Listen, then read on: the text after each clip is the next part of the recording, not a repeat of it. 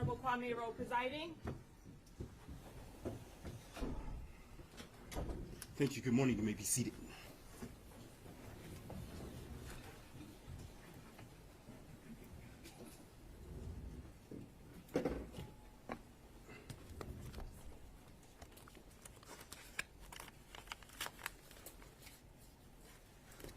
Your Honor, calling People versus Ethan Crumbley, case number 2022-279-506 FC. Thank you. Appearances for the record.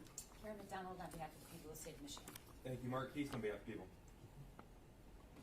Good morning, Your Honor. Paulette Michelle Lofton on behalf of Ethan Crumbley. Amy Happ on behalf of Ethan Crumbley. Good morning, Your Honor. Deborah H. McKelvey, court-appointed lawyer guarding ad litem for Ethan Crumbley. Thank you. And good morning to you all. You may be seated. Thank you. With that, today's date and time set for sentencing in this matter. I'll start with the defense. Defense, did you have an opportunity to read the PSI and discuss it with your client? Yes, we did. Any challenges, changes, or corrections that need to be made to the pre-sentence investigation report? No, Your Honor. Thank you. People, any challenges, changes, or corrections that need to be made to the pre-sentence investigation report? Thank you, Judge. Just one. Page 6 of the evaluation of the plan, there is one misspelling of the victim's name. He's a minor, so I let probation know the correct spelling. I believe Mr. Kaplan will make the changes. That's page 6 of the evaluation plan throughout the report, Judge. Thank you. We will make those changes, please, Mr. Kaplan. With that, any Nothing further? else. Thank you. Thank you. MDOC, any updates to the report? Nothing, Your Honor. Jeffrey Kaplan, appearing on behalf of the Department of Corrections. Thank you. With that, the court understands that there are several identified victims that may wish to speak in this case. Before we get started with that process, I am going to advise the media that you are not to record in any way, shape, or form any of the minors' faces. And so the prosecutor will let me know before they are called, and I will instruct the media, do not record their faces under any circumstances. Also, to the entire courtroom, including the media, please do not use your cell phones in the courtroom. Use of your cell phones will result in your cell phone being taken. This is a formal proceeding, and so I do not want anyone using their cell phones in this proceeding. Also, I understand that this is a very emotional hearing, and I am aware of that, and I am aware of the emotional situation and the emotions that may become apparent in this case during this hearing. There is a composure room that is outside of this courtroom. My staff can advise you where that room is. If you all need to step out at any point to regain your composure, we need to make sure we protect the integrity of these proceedings. And so if you need to step out, feel free to step out. There is a room that you all can go into.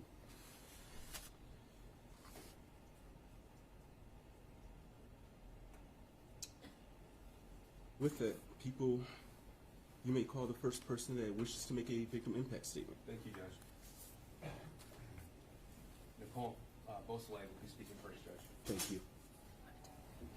Nicole is the mother of Madisyn Baldwin. Thank you. Good morning, ma'am. Good morning. If you could please state your full name for the record. Nicole Beausoleil? Thank you. And is there something you wish to state to the court this morning? Yes, I do. Thank you. You may proceed, ma'am.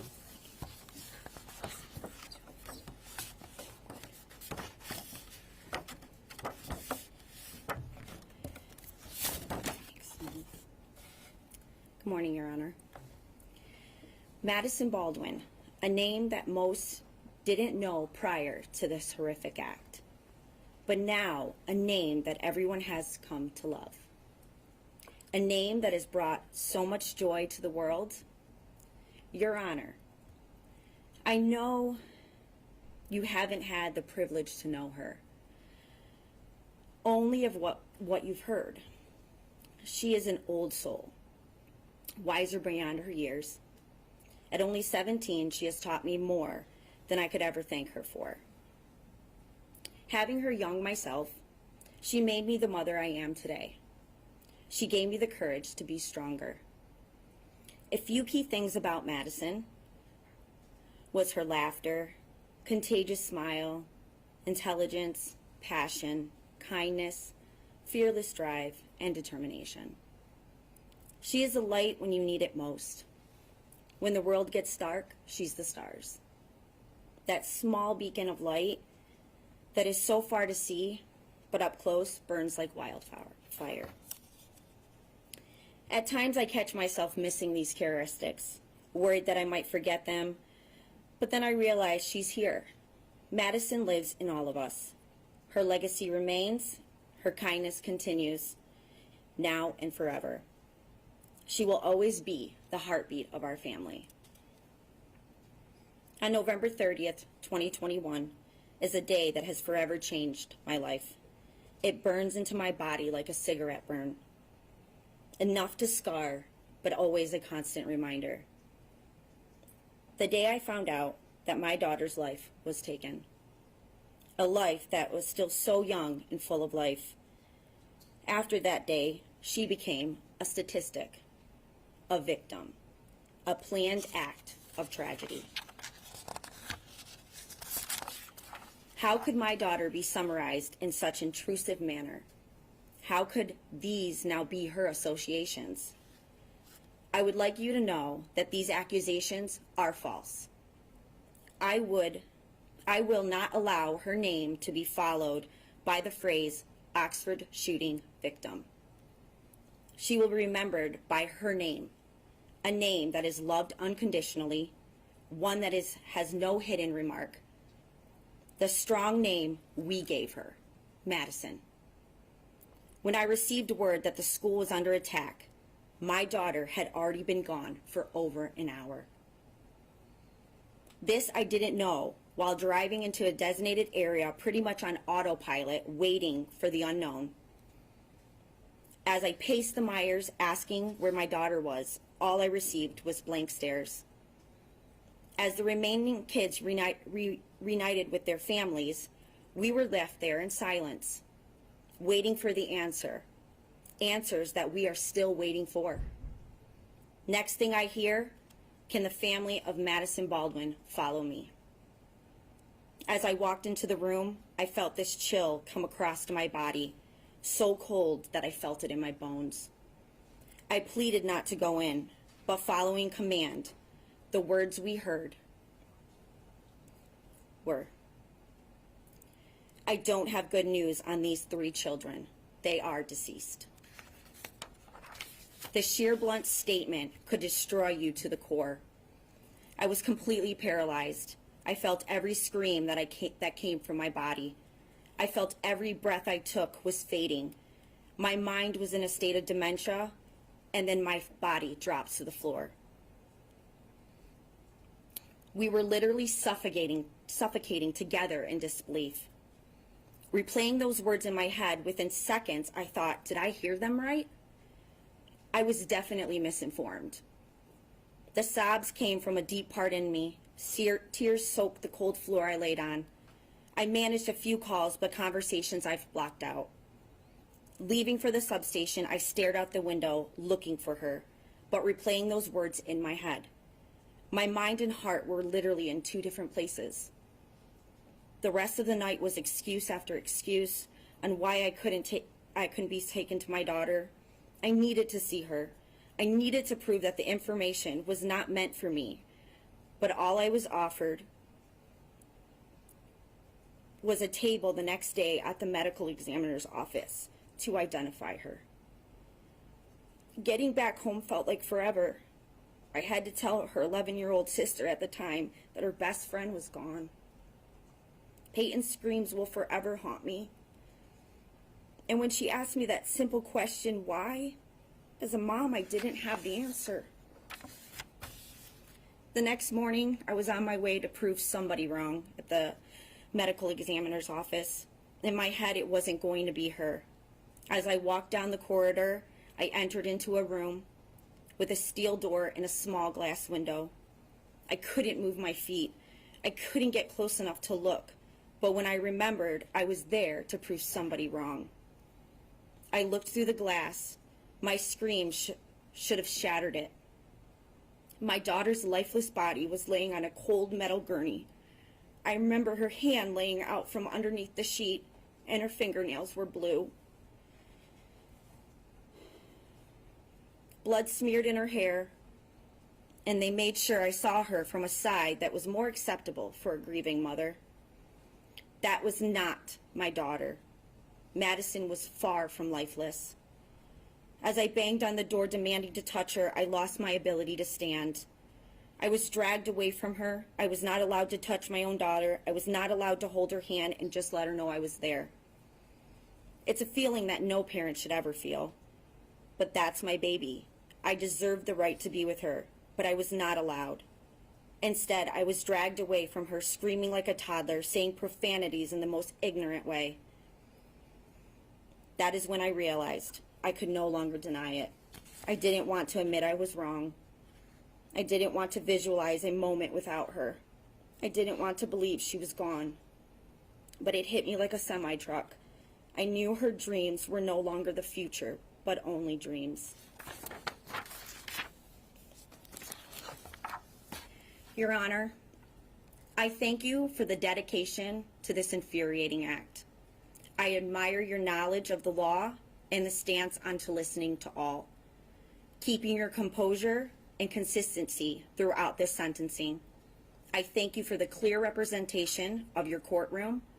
I thank you for the countless hours that this has taken from you and your family's life to give the best possible judgment. I thank you for being a human being.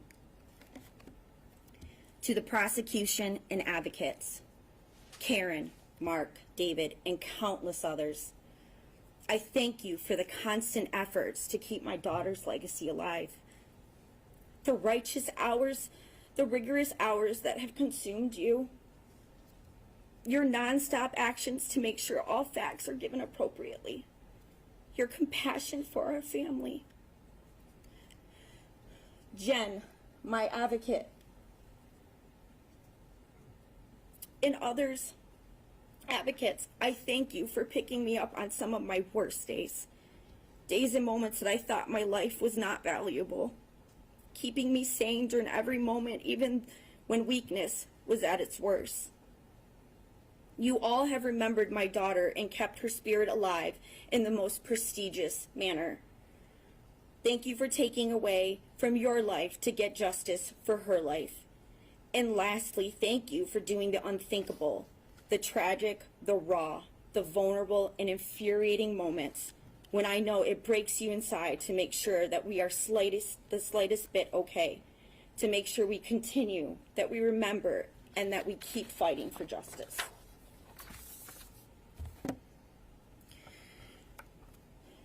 To the waste that took my daughter's life, that name will never come out of my mouth.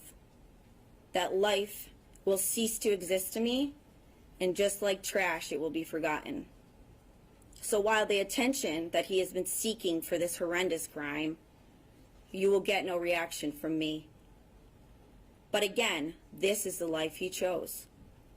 If he really wanted to make a different outcome, he wouldn't continue to make the excuses he does now. The suffering will come when he least expects it. The regret will consume you as you sit alone with the only voices in your head. Guilt would eat away at your soul. This might not happen tomorrow, next year, or 10 years, but it will happen. As you get older, you will realize the path you've chosen, and it will haunt you. Just like the idol that you admire so much, both of you forgotten in the system. And when these emotions flood into your body like you're bleeding out, no one will be there to save you. No one will forgive you. Your hand will no longer be held as you claim insanity. Your outburst for attention will go unnoticed. No one will love you, and no one will come. As I don't wish death upon you, that would be too easy. I hope the thoughts consume you and they replay over and over in your head. The thoughts won't stop. I'm sure you heard that paraphrase before. I hope the screams keep you up at night and they cause real hallucinations. You won't be able to write it on paper for the attention that you so badly seek. Those four walls become your home, suffocating in guilt. It will come, I promise you. I'm happy you decided not to be a coward that day and take your own life. I'd much rather you stick around to see what the life you have chosen for. What suffering really feels like. and that your significance is not above anyone else. I truly feel sorry for you that you thought this would be a better life choice. So, Your Honor, I have chosen forgiveness.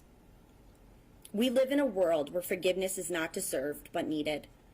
Forgiveness, a word that holds so much controversy.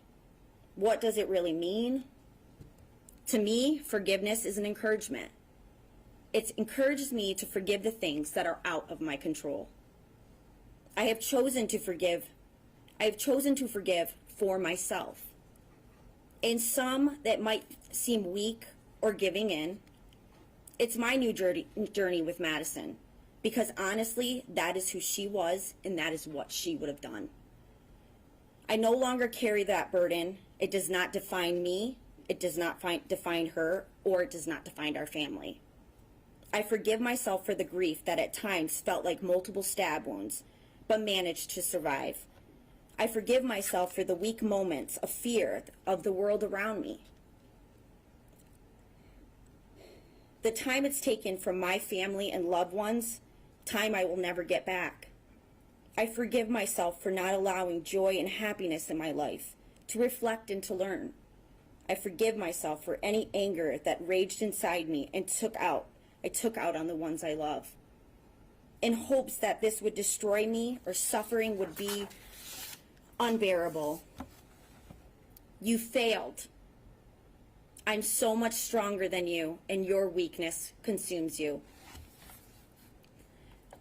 I don't choose to forgive the destructive nature that caused her death. Forgiving is a choice. I choose not to forgive you for the choice you made. This is exactly what you wanted. This is not a life that I would ever want to live. What this has done is ignited the light that I thought I lost. Madisyn's light.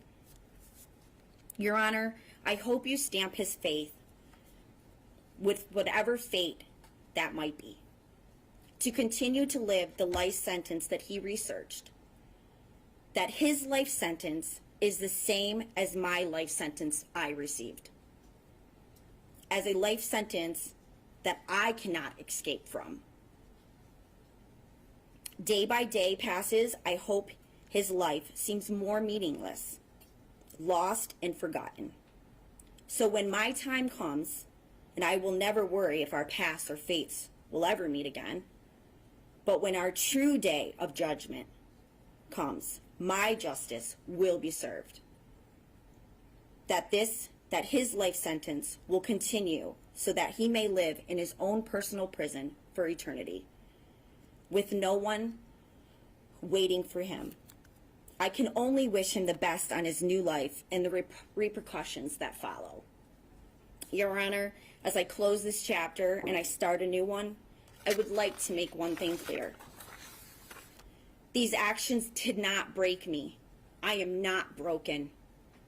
I am just rearranging the pieces. I am surviving each day, navigating this journey, celebrating the good and learning from the bad, choosing happiness, forgiving when needed and when it's deserved. I am living. I'm living because of my baby girl, Madisyn. Thank you. First off, sorry for your loss. Thank you for your statements this morning. You showed a lot of strength and courage, so I appreciate that. Thank you. Thank you.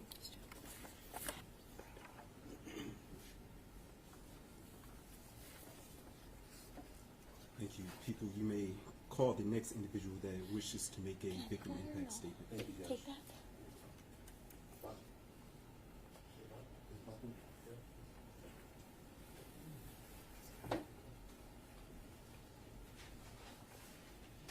Mr. Buck Myre is Tate's father, and Trent will be speaking as well as Tate's brother. Thank you. Tate's picture.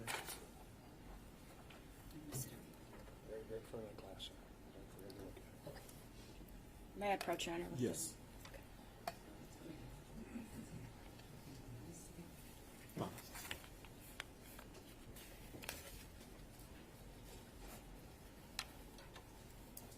Thank you. Good morning, sir. If you could, please state your full name for the record. Good morning. My name is Buck Myre. Tate Myre's father. Thank you for being here, sir. Is there something you wish to address with the court this morning? Yes. Thank you. You may proceed, sir. So, as I kind of prepared for this, I had wrote a victim impact statement earlier, a couple months ago, and wrote another one last night. Not sure if I'm going to really read this one, but I want to start first with just a little bit of the story. So the morning of November 30th,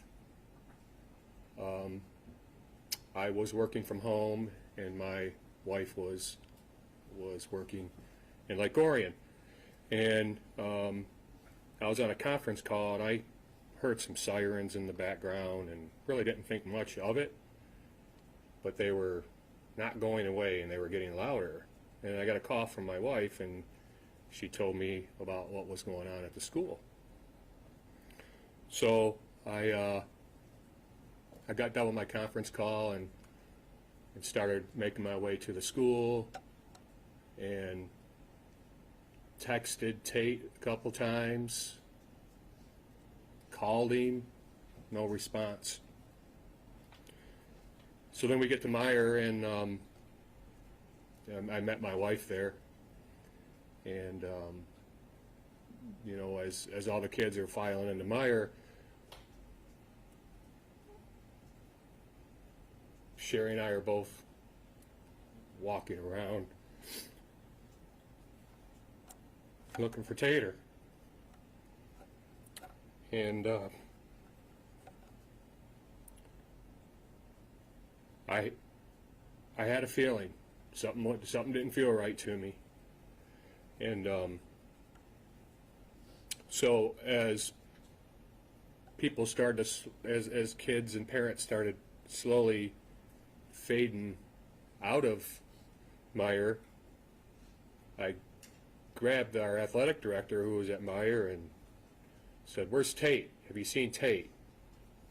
And he looked at me and he said, "No." But he knew, but he couldn't tell me. He wasn't the one to tell me. So as we're wandering around Myre, asking everybody if they've seen Tate, we got summoned to the manager's office at Myre, and were delivered the news that Tate wasn't with us anymore. And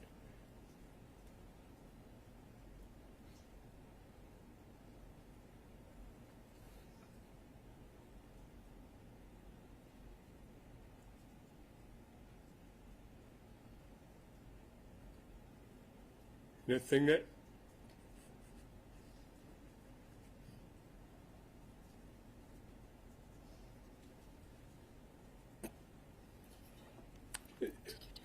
that stands out to me was what my wife said.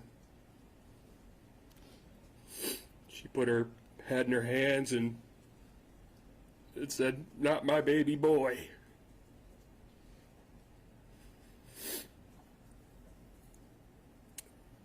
So, we walk out of the room in shock, not really sure if what we heard was real and true. So we had to make our calls to Trent and Ty, and I can't remember who I called and who Sherry called, but I didn't know how to say it. I don't know. I can't remember who it was, Trent or Ty, who I talked to, and I didn't know how to soften it, and I basically said Tate was killed. And so the boys came to Myre, and we left as a family to go home, and when we got home, we were just a bunch of zombies, and we were kind of walking around. And believe it or not, we cooked dinner that night,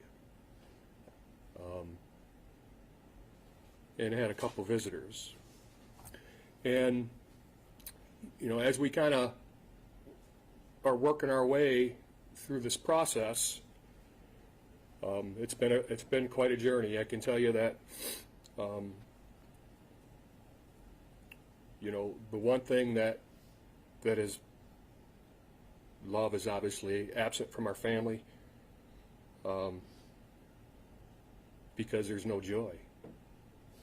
When you have joy, it's easy to love. So, me and my wife are trying to figure out how to save our marriage and how to save our family. And we didn't even do anything to each other. So, as we navigate these treacherous waters, we try to honor Tate, and because we know he's looking down on us, and I know he's not very proud with how his dad is handling this. But his dad's fighting, his mom's fighting, and his brothers are fighting. So I'll read a little bit of this victim impact statement here. This is kind of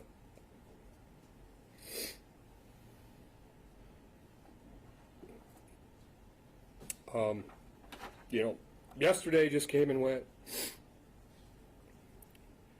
Today has dealt us another hand of heartaches that we'll have to play.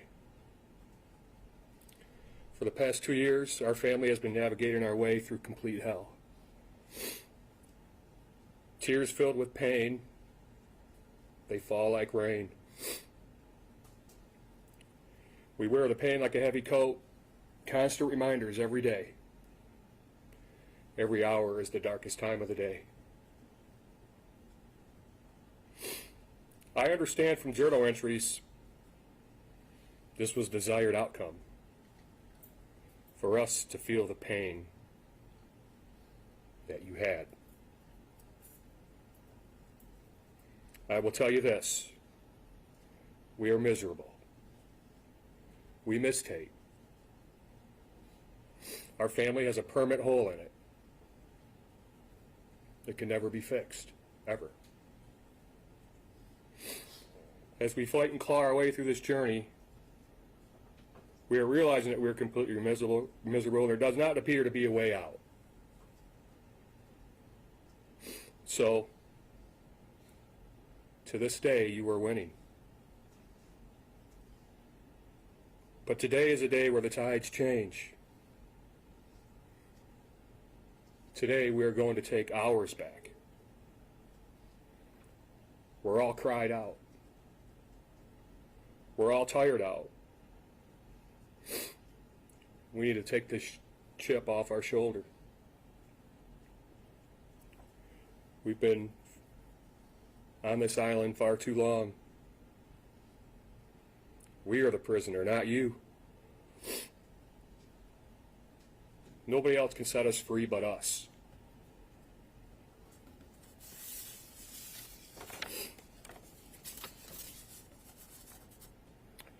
In life, sometimes what you need is exactly what you fear. We fear forgiveness for your selfish acts. So today, how hard it is, we need to find a way to start working our way to forgiveness. Forgiveness to you, forgiveness to your parents, forgiveness to the school. What other options do we have? Be miserable for the rest of our lives and rob our family of normalcy? Be miserable and rob Trent and Ty of a normal life filled with friends, their future wife and kids? be miserable and rob Sherry and I a happy life that we worked very hard for and earned? Believe me, we will never forget about you, ever. We want you to spend the rest of your life rotting in your cell. What you stole from us is not replaceable. But what we won't let you steal from us is a life of normalcy. And we'll find a way to get there through forgiveness and through putting good into this world.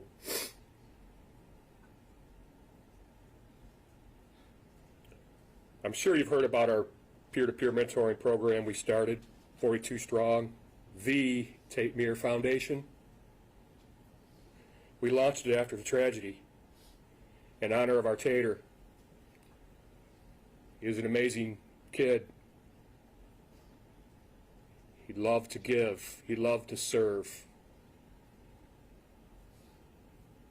Went to the same elementary school as you. You knew him.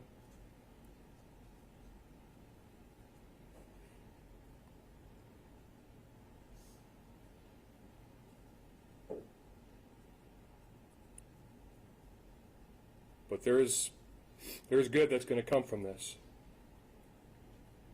And the good is kids are going to have a buddy.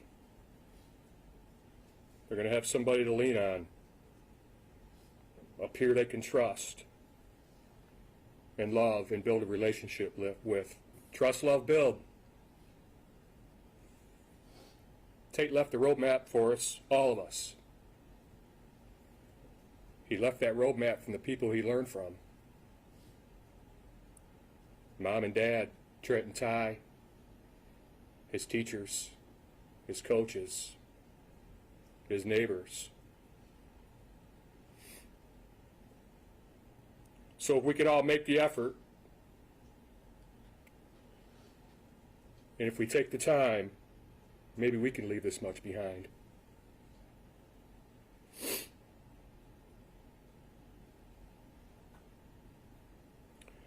So I'm going to stand here by your fire because it's cold. It's a cold one tonight. And I'll be taking care of Soul Fight. Thank you for your comments this morning, sir. And I've read a litany of victim impact statements, and your son had an extremely positive impact on his community. So thank you for being here, sir. Thank you.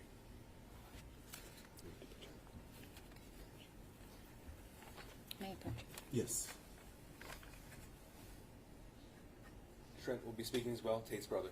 Thank you. Sir, if you wish, you can stand with your son if you wish to.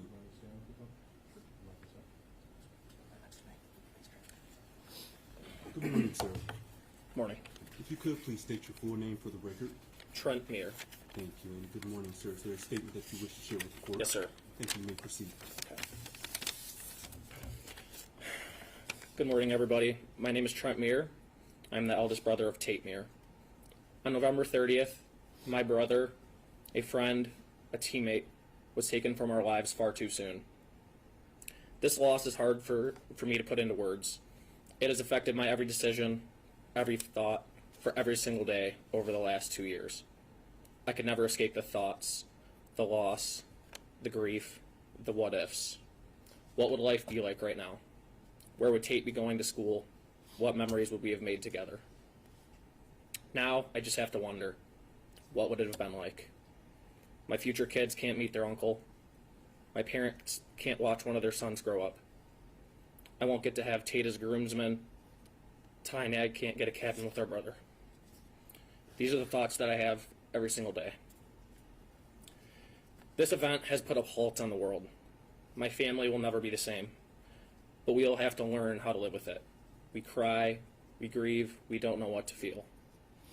Sometimes we don't want to do anything. We don't even want to get out of bed.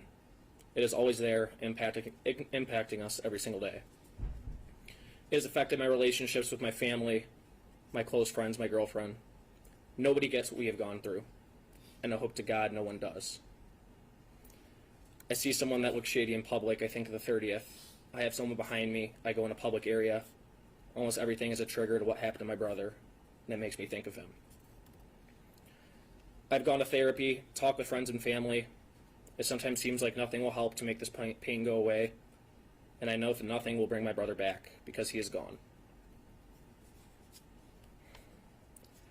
I am asking that the shooter gets the maximum penalty. This coward took actions knowing the consequences and effects it would have on people and this community. He did not care. He took the selfish action of taking 4 lives away. He took 4 kids' opportunities to grow into incredible young men and women, and he should never have the opportunity to see the light. He waived his right and opportunity when he took the lives away of those 4 beautiful souls. I pray that justice will be served. I believe that the right ruling will be made, one that reflects the magnitude of pain and loss caused by his actions. I pray that through this, my family, our community, and the other 3 families can find a measure of healing and closure. I know that love and community will prevail against evil. So while you sit there rotting and suffering for the rest of your life, you will learn to find joy, happiness, and normalcy, and let Tate's legacy live on forever. Thank you. Thank you. And as I told your father, you had an amazing brother, so thank you for your statements, and thank you all for sharing his story with the court. Thank you. Thank you. Thank you, people. You may call your next person. Okay.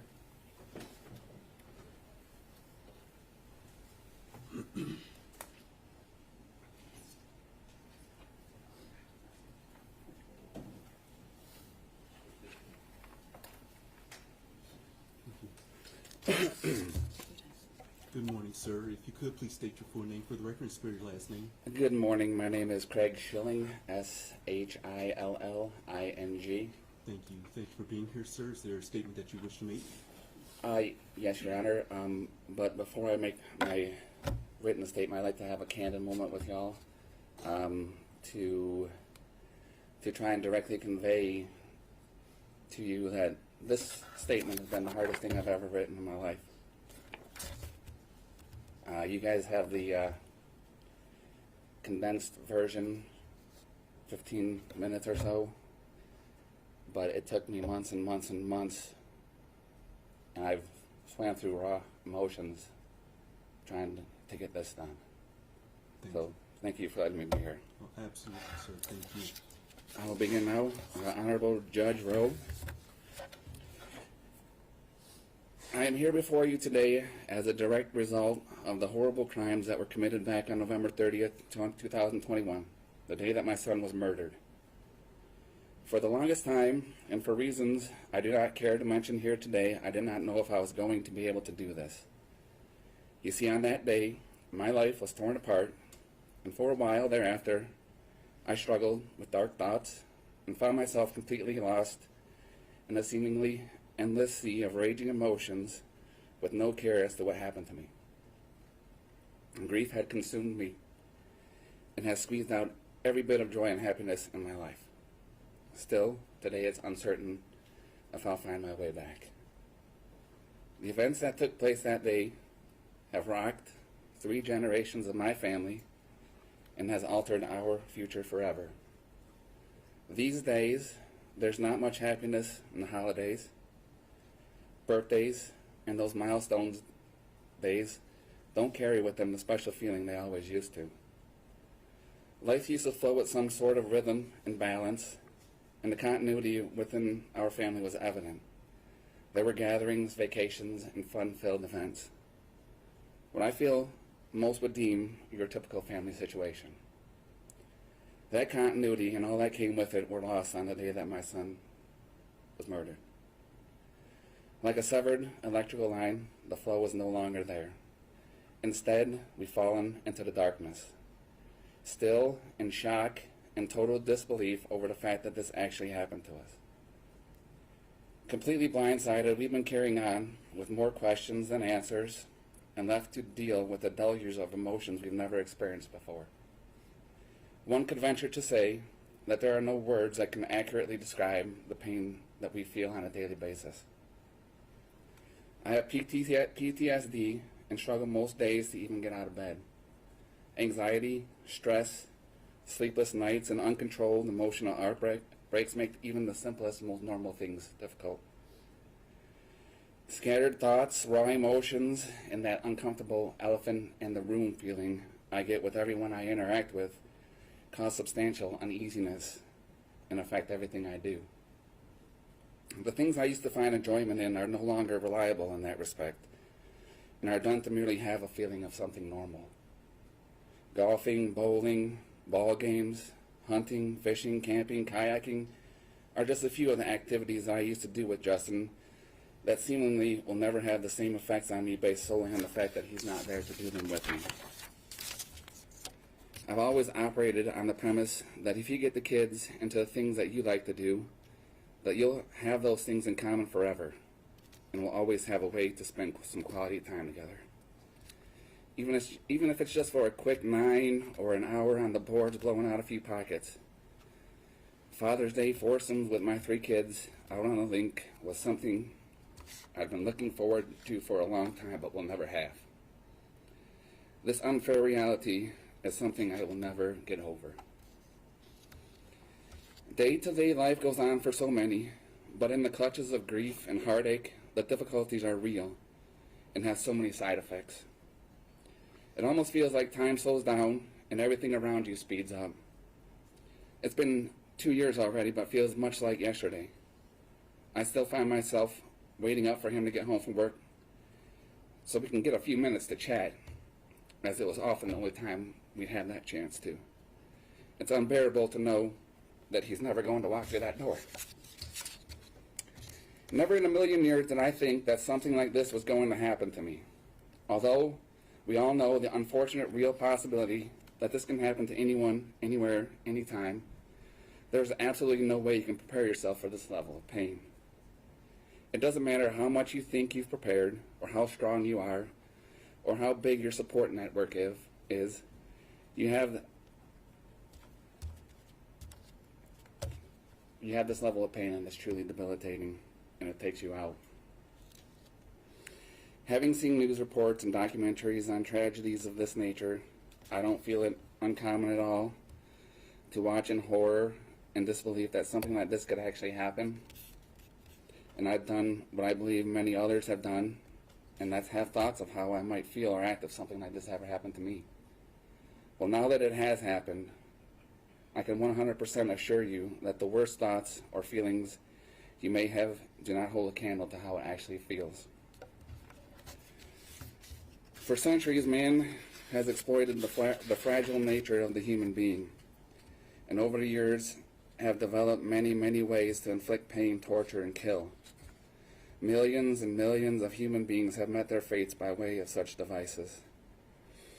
As we have all learned in school, there is a full spectrum of reasoning behind these perversions. Although throughout history, those reasons have been widely understood, the sheer brutality of senseless violence has never sat well with the human psyche. So we have evolved till now, and in our modern society, we have established laws and regulations to essentially protect ourselves from ourselves. However, as is seemingly always the case, there are those, for reasons we may never know, who wish to defy the now widely recognized and agreed upon state of human decency and continue to commit such senseless acts of violence.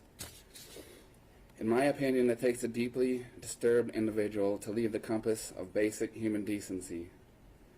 The act of taking another human being's life is not only exasperating but extremely selfish and unjust. I believe that once an individual crosses the boundaries of basic humanism and admittingly maliciously kills another person, that individual should meet the same fate. Unfortunately, based on the laws that govern our land, this has been deemed inhumane and is widely frowned upon in modern society. So in lieu of execution, I feel strongly that the individual should never be allowed to walk among his peers again. And this is why I'm going to ask you to lock this son of a bitch up for the rest of his pathetic life. His blatant lack of human decency and disturbing thoughts on life in general do not in any way warrant a second chance. My son doesn't get a second chance, and neither should he. This individual has proven by carrying out these heinous and completely unnecessary acts of violence that he should never be considered fit to rejoin a society that despises this exact behavior. His very name should be condemned, recognized only by his cowardly, vile, and malicious defiance of human law. Now, with all that being said, I'd like to direct my comments toward this disgusting individual I speak of. He sits across the room from me at this very moment, dressed in orange, emotionless. Although I'm sure he may have a half-baked idea of just what I'd like to do to him, I'm not quite sure he has adequately envisioned the exact nature of this idea. I'd really like an opportunity to physically show him how much pain he has caused me and my family. But in a civilized society, governed by complex laws such as ours, this type of display is not permitted. But you can rest assured, you piece of shit, that baby bird screams would pale in comparison to the screams that you would exude if I were only able to show you. But luckily for you, they won't let me.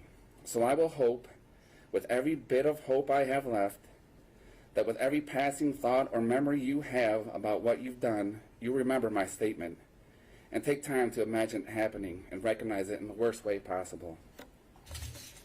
I've tried to put myself in your shoes, and over tried to imagine what could have possibly been so horrible in your life to have caused you to commit these crimes. I actually thought long and hard, and can come up with no logical explanation. The fact is that what you did was reprehensible and completely unnecessary. You see, we use things called words to convey our thoughts, our concerns, and our opinions. Sometimes those words we share with, sometimes those who we share our words with don't hear them or choose to not listen. But this is no reason to throw a tantrum and do the wrong thing. You simply have to speak louder and to more people until you get the results you desire. Life is not easy in any sense of the word. It often feels cruel and unfair. But what you have obviously overlooked is the fact that life is the most precious gift each and every one of us receive, and you have completely wasted yours. You said you wanted to be remembered as a person who committed the biggest shooting in Michigan history, and this may be true. But I will have it entered on file at this time, on this day, for the world to know forever that Ethan Crumbley should be remembered as the biggest coward in Michigan history, an individual who unfairly preys upon unsuspecting and helpless lives without the courage to meet their same fate. A truly detestable and ignominious excuse of human being. Now, my last words for you before I conclude is that I truly hope your new roommates welcome you in properly and show you the kind of treatment you can only get on the inside, as it's clearly all you've ever wanted. And it is my hope that there is some kind of pain involved. I also think that as you rot away, lamenting over your wasted life, you should take time to ponder the fact that though you may have taken 4 lives, the selfless gesture of organ donation by my son saved at least 5 lives, thus overshadowing your delusions of grandeur and effectively nullifying all that you feel you've accomplished. Stew in that for a while, and maybe you'll realize that as long as there are good people in the world, willing to selflessly give of themselves to help others, evil will never triumph. My final thoughts are directed towards everyone else. It is with every bit of my heart that I offer all who have helped my family over the course of the last couple of years the sincerest thank you. The sheer magnitude of humanitarianism and goodwill that came in from all over the world has been humbling and has gone a long way to showing me there is still good out there. I strongly believe that it resides within each and every one of us, and that it is our responsibility as human beings to let our goodness shine onto everyone we interact with, whether we like them or not. Because the way we treat each other, both directly and indirectly affects the lives of more people than you can imagine. Not to mention, it's simply easier to do. I beg of you all, please be kind to one another and put your energy towards walking the path of the righteous and do your part to help eliminate these types of tragedies. Thank you for listening to this morning. I wish you all the very best. Thank you, sir. And I know that that wasn't easy for you, so thank you for your statements this morning. They did not fall on deaf ears, and I am very sorry for your loss, sir. Thank you. People, you may call the next person that wishes to make a victim impact statement. Jill Sobeys next, Justin's mother. Thank you. Thank you, and good morning, ma'am. Good morning. If you could, please state your full name for the record. Yes, Jill Suave. Thank you. You may proceed with your statement this morning. Thank you. Honorable Judge Kwame Rowe, first please allow me to thank you for your time and dedication to this case. I know it's been deeply disturbing and horrific. Thank you also to Karen McDonald and the entire prosecution as well. I am asking you, Your Honor, to please sentence the shooter to life without the possibility of parole on behalf of my son, Justin Shilling. Your Honor, it's almost impossible to find the human words to describe my grief, pain, trauma, and rage. The manner in which my son Justin was so cold-heartedly, methodically executed shows clearly the pure evil and malice of the shooter. For this act alone, Your Honor, he deserves life without parole. No mother should have to put her child in the ground. On the eve of Justin's burial, I had my phone ready to call 911 as I feared that I was having a heart attack. It's only by the grace of God that I am still here with us today. In my letter to you, Your Honor, I have detailed the extent of my trauma as well. Justin's siblings, Nathan and Clay, were robbed of much of their youth, their innocence, their joy. Their beloved middle brother, Justin, their shared future memories and possibilities with Justin, holidays, weddings, birthdays. As their mother, I am beyond infuriated for the pain and their suffering. Clay, who was only 15, was hiding in the school that day as well, fearing for his life and worrying about Justin's. Justin's grandparents, aunts, uncles, cousins, all have suffered an unimaginable loss, as Justin was and is so very loved and cherished by his entire family.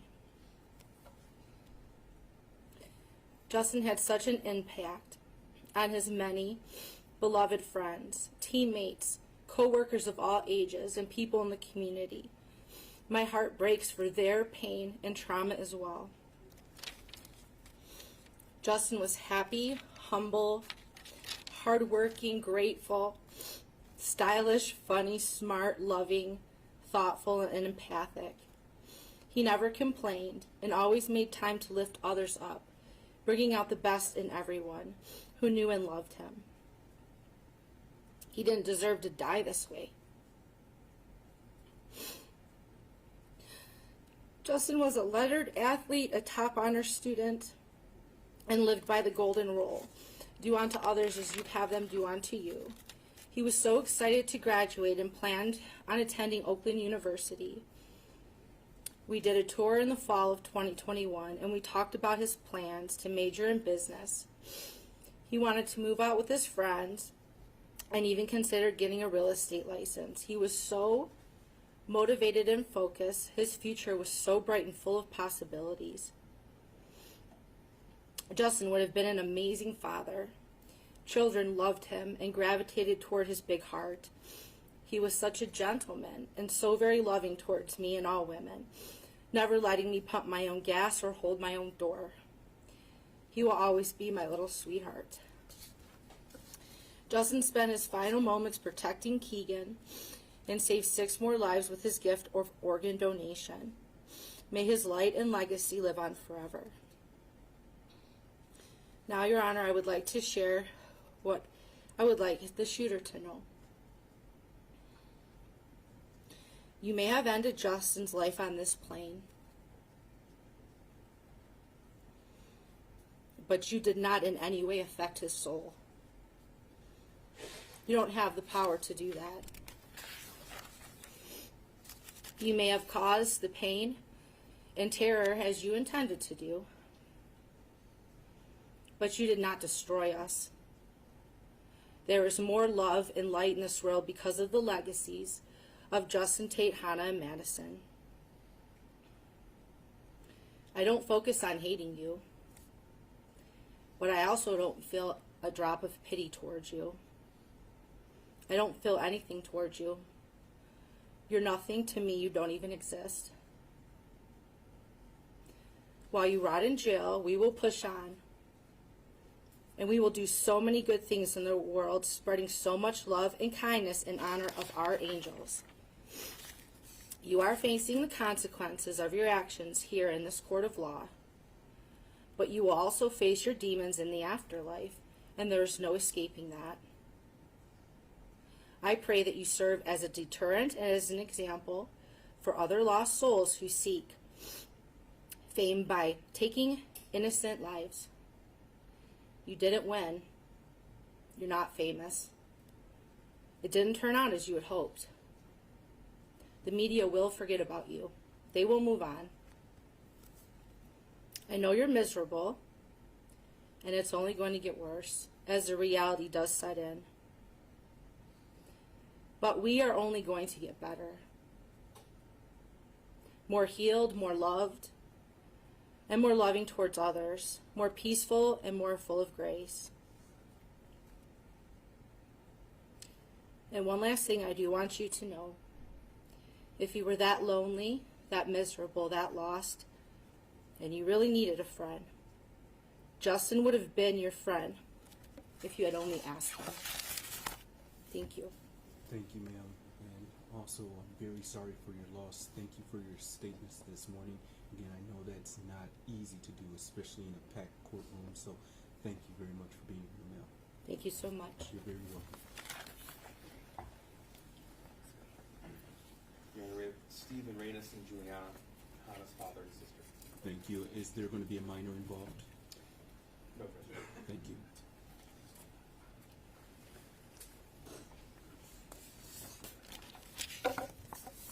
Thank you. Good morning. Could you please tell me your name?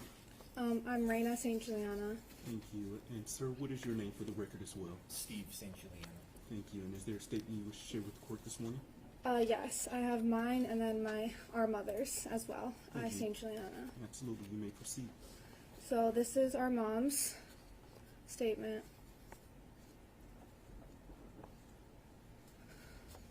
Hana was the best version of me. We were similar in the things that we liked and the things we didn't like. She loved doing fun things and making things fun for those around her. On the days I was not feeling good, Hana would make sure to put a drink next to my pillow, cook for the family, and not only do the dishes, but also make the kitchen super clean, just how she knew I liked it. Almost all Christmas presents were Hana's ideas because she knew what everyone in our family liked. When we went shopping for it together, our carts would always come back brimming to the top. Oh my God, our carts would always come back brimming to the top. Even when Noah was little, she adored him from the start. She would make sure to stay up late and hide the elf on the shelf creatively for him to find in the morning. She would practice soccer with him. She would always pay attention and take care of him. And with her older sister, they became best friends. Together, the both of them gave Noah advice to help him become a wonderful person. Hana was always thinking about our family and always extended those thoughts to everyone around her as well. She lifted all of our spirits. She was going to dress up, fall in love, go on dates, go to college, get married, start a family, take a bunch of vacations, eat a ton of good food, one day live near me, and I would watch her kids. And for Christmas, everyone would meet at Hana's house, and from there on, she was always going to bring her family together. On that day, not only was my loving daughter's life taken, but all of my family's future was taken as well. Since that day, all of our lives have drastically changed. Now, in my daily life, whenever I see a pair of sisters, I am sad. When I see other siblings getting along, I am sad. When I see other mothers and daughters, I am sad. When I see other families having a good time, I am sad. When I see others her age having fun, I am sad. Every moment, every day, every experience, I think of Hana and I am sad. Anything I do, even when I have a good moment, I am sad. I am sad in the spring, in the summer, in the fall, in the winter, during Easter, Halloween, Thanksgiving, Christmas, and all holidays. Even when I have a happy moment, all I think about is if Hana were here, and it blankets everything in sadness and heartbreak. To make sure that I don't sink any more into the sadness, I try not to pay attention to my surroundings. Even having to complete my daily tasks each day makes my heart hurt. It takes everything out of me to ensure that the last spot of me doesn't break. On that day when my special Hana was taken from us, we fell to our lowest point, hit the darkest bottom we didn't even know existed. To live a life without Hana, our brightest light. Having to continue carrying the most soul-crushing pain forever. For the rest of our lives, we have to live our worst nightmare. When I think of Hana, the phrase sad does not capture the pain I feel or the way my whole heart aches. So my rare moments of relief are times when I don't have to think about her. On top of the daughter I love being gone, when I remember my memories with Hana, it feels like a stab to my heart and my tears will not stop falling. It is unfair that thinking about Hana is so excruciating, it makes my crying endless. I know that no amount of crying will bring Hana back, so I breathe in and out trying to hold my heart together. But I know that the days my eyes are dry will never come. By doing just enough to scrape by, in the morning, in the afternoon, at night, on sunny days, rainy days, cloudy days, we continue just surviving each day. This is how we will continue to be, surviving, not living. I am so fearful of another irreplaceable, important person suddenly being taken away right in front of me. I send off my family scared to death each day. Every night I wish that the morning wouldn't come. Every day I think about how nice it would be if I could stop time and stop thinking. For us, our peaceful, happy days with Hana will never be again. And then, this is my impact statement. I have rewritten this countless of times, and it is never enough.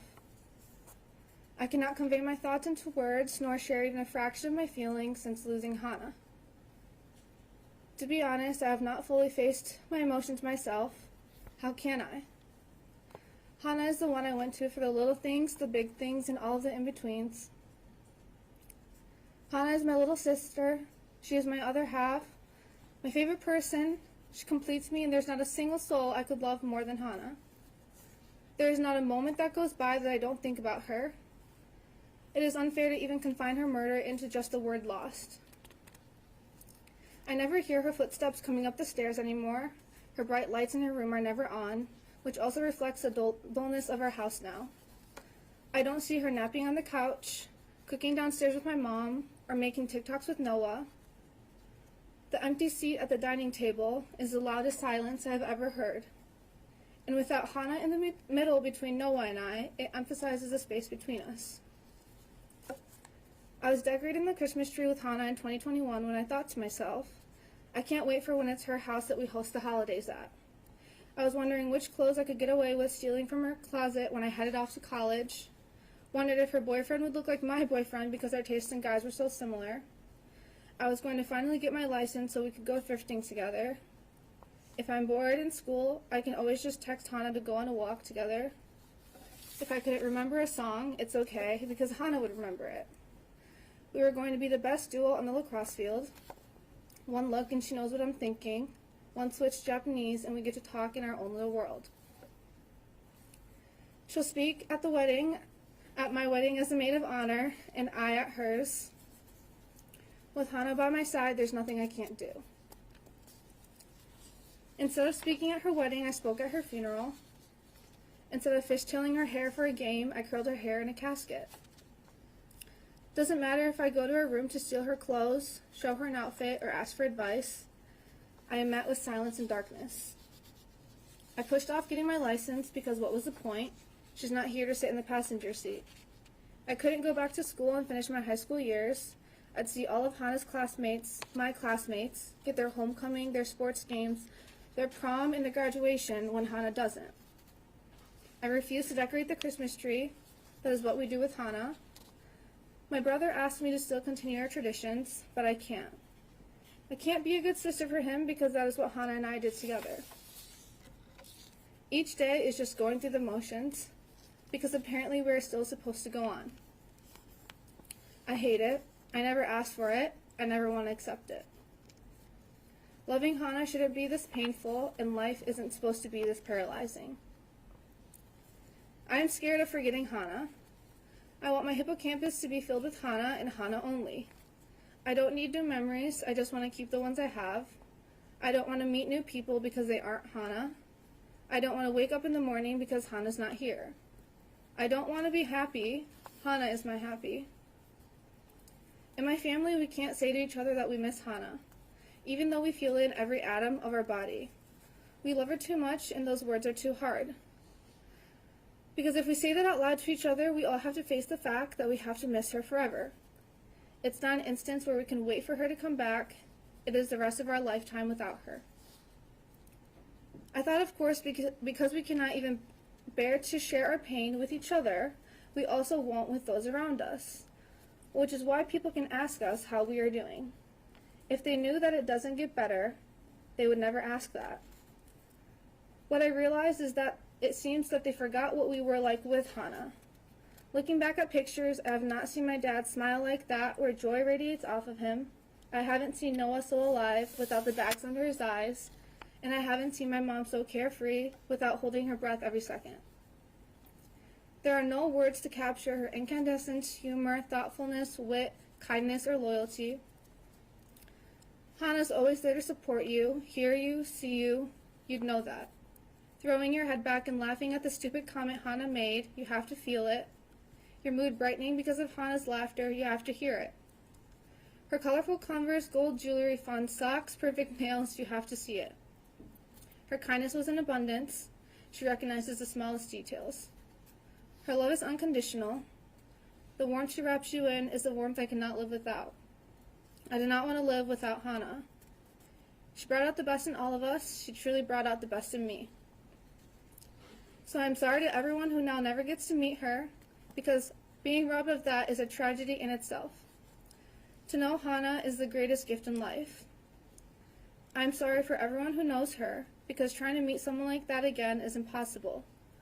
I look for Hana in everyone I meet, every place I go. I know how draining that is when you're met with disappointment every time. I am sorry to all of those who only know me without her. Me without Hana is someone I cannot even recognize. I am so sorry, Hana, for leaving that building that day. That is and forever will be my biggest mistake and my biggest regret. I am sorry that I cannot make you feel even a fraction of a world without Hana. If I could, the shooter would be dead. A creature who left Hana lying in her own pool of blood, crying in pain, who went to go shoot her again, does not deserve to take another breath. His parents would never see the light of day. Oxford District employees would be fully held accountable, and we would all be working on a time machine. I want you to remember when you were 14. Can you even? It's such a young age. I want you to think about everything that came after 14. Everything Hana doesn't ever get to experience. She was not supposed to be shot and killed not even 3 months after starting her first day of high school. She was supposed to grow old, just as we all are right now. Experience the beauty of life, not feel its cruelty. The least that can be done for Hana is for it to be ruled life without parole. There is no justice that will ever be enough. However, the first step is to ensure that he never has a chance to take away another life and destroy families ever again. Thank you. Thank you for your statements, and thank you for sharing your story of your sister. Not only did I read it before today, I also listened very closely to you this morning. So thank you for sharing just a small sliver of who she is. And I am very, very sorry for your loss, but I appreciate your statements this morning. Thank you for being here.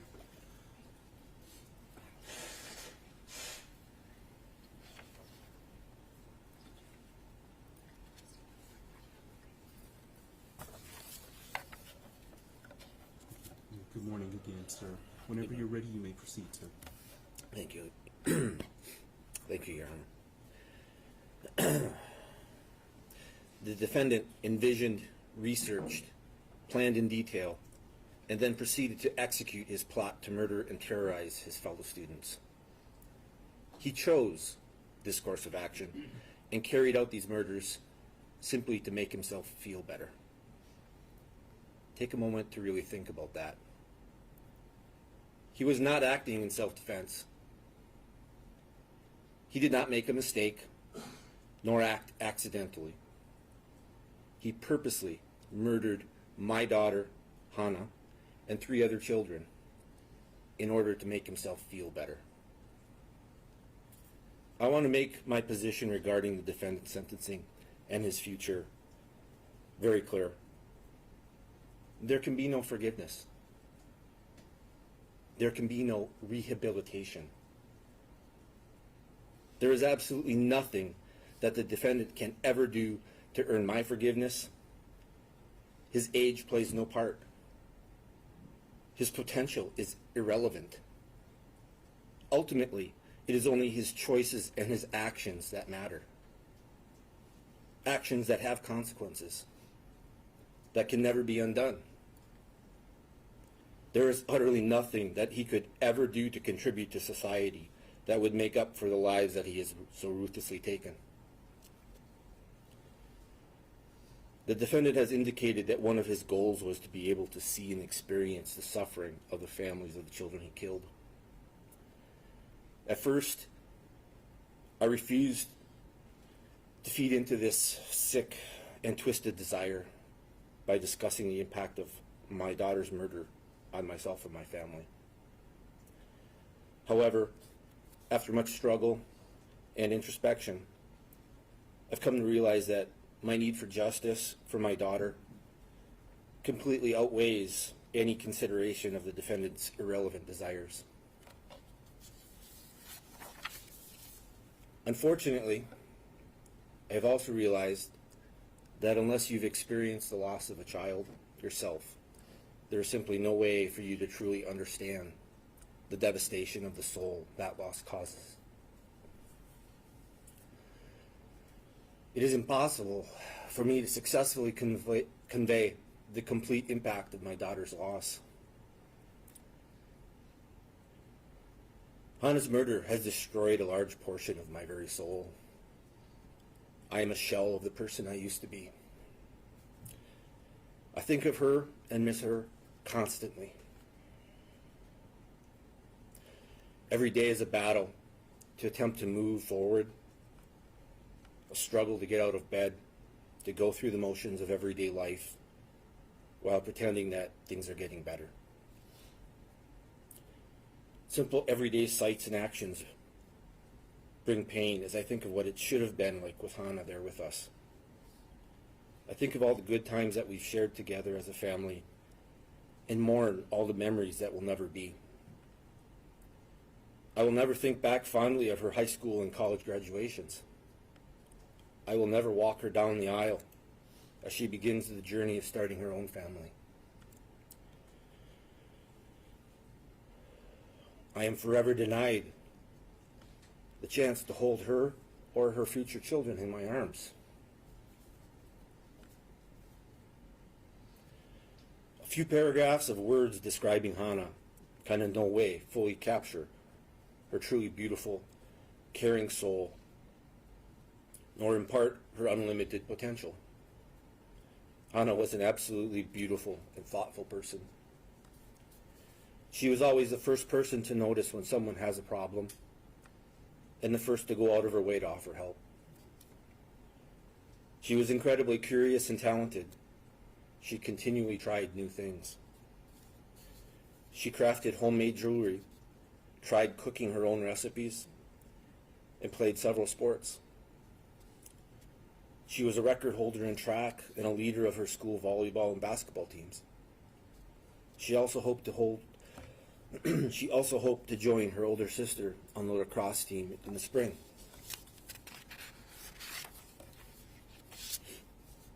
Hana was just beginning to hit her stride academically. She was a straight A student, was fluent in English and Japanese, and was studying Chinese. She conquered everything that she put her mind to doing. Your Honor, I'm relying on your education and life experiences to be able to imagine the incredible loss to the world that Hana's death has wrought. The lost potential of her life is truly incalculable. Hana kept a list of potential careers that she was really interested in. I found this on her phone afterwards. Amongst the list, you would find careers such as an immunologist, pharmacist, nurse, physician, and an FBI agent.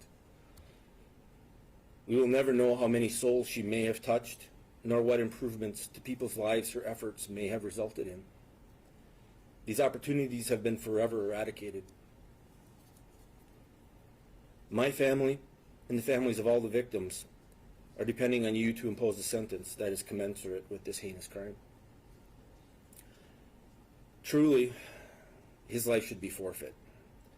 However, I realize that the law itself will not currently allow this, and the closest that you can come to achieving this is to sentence the defendant to life in prison without parole. This is the minimum that justice demands.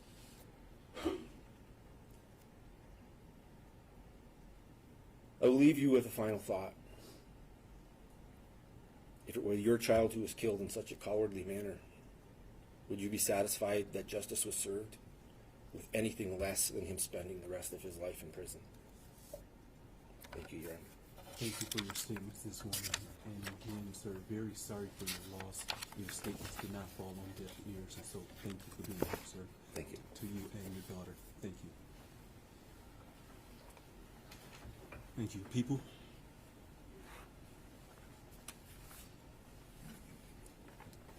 Thank you, Judge. Ms. Molly Darnell. Thank you.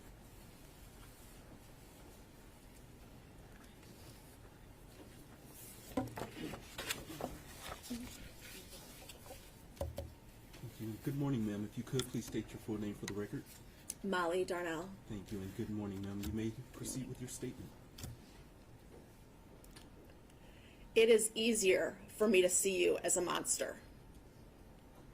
You made an intentional plan to shatter lives. Because I came within your line of sight, you intended to kill me. Someone you didn't even know.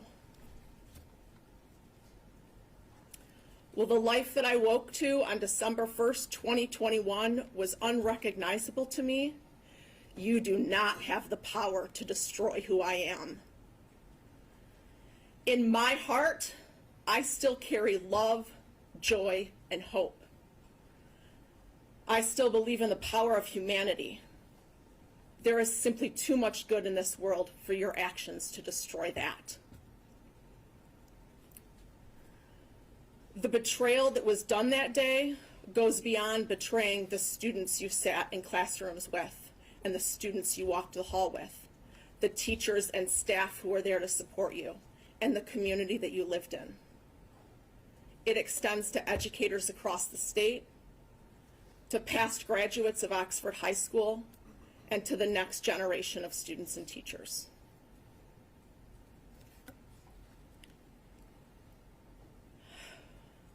I have firsthand knowledge of how you disregard and devalue human life. You have proven that you cannot be trusted to live within a free community. The memory of you raising your gun to me and the scar on my arm may exist, but I will continue to live a life full of the human experience because I am the writer of my own story. You may not be glancing my way today, but I know you can hear me. When I consider the collective pain you methodically designed for our school community, I believe that you deserve to spend the rest of your life in jail without parole. You intended to leave my husband a widower and my children motherless. There is no forgiveness for you. But I have found that I do not need to forgive you to live a life full of kindness and compassion for both myself and others. To the media covering this case, my family and I request that you not use the name of this coward or any images during your media coverage. We ask that anyone reading the news about this case avoid clicking links on articles that include his image. Judge Rowe, I want to thank you for providing a safe space for victims in this case.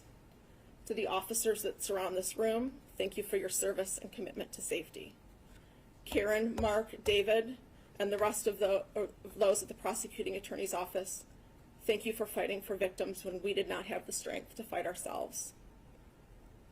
To the crime victims' rights advocates who helped shepherd us through this process, I will forever be grateful. Thank you. Thank you for being here, ma'am. Thank you for your statement. And again, I know this was not easy to do this morning, so thank you for sharing with the court your experience. Thank you.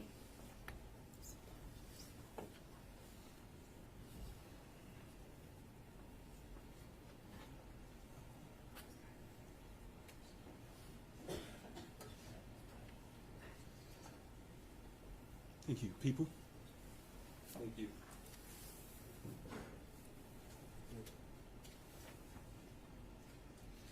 One moment now. Sure.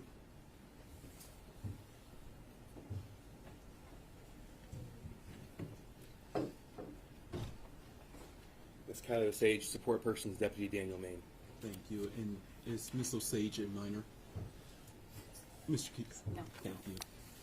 Thank you. And ma'am, if you could please state your name for the record. Kylie Osage. Thank you, and good morning to you, ma'am, and good morning to Detective Main as well. With that, you may proceed with your statement this morning, ma'am. Good morning. My name is Kylie Osage. I have attended Oxford Community Schools for my entire life.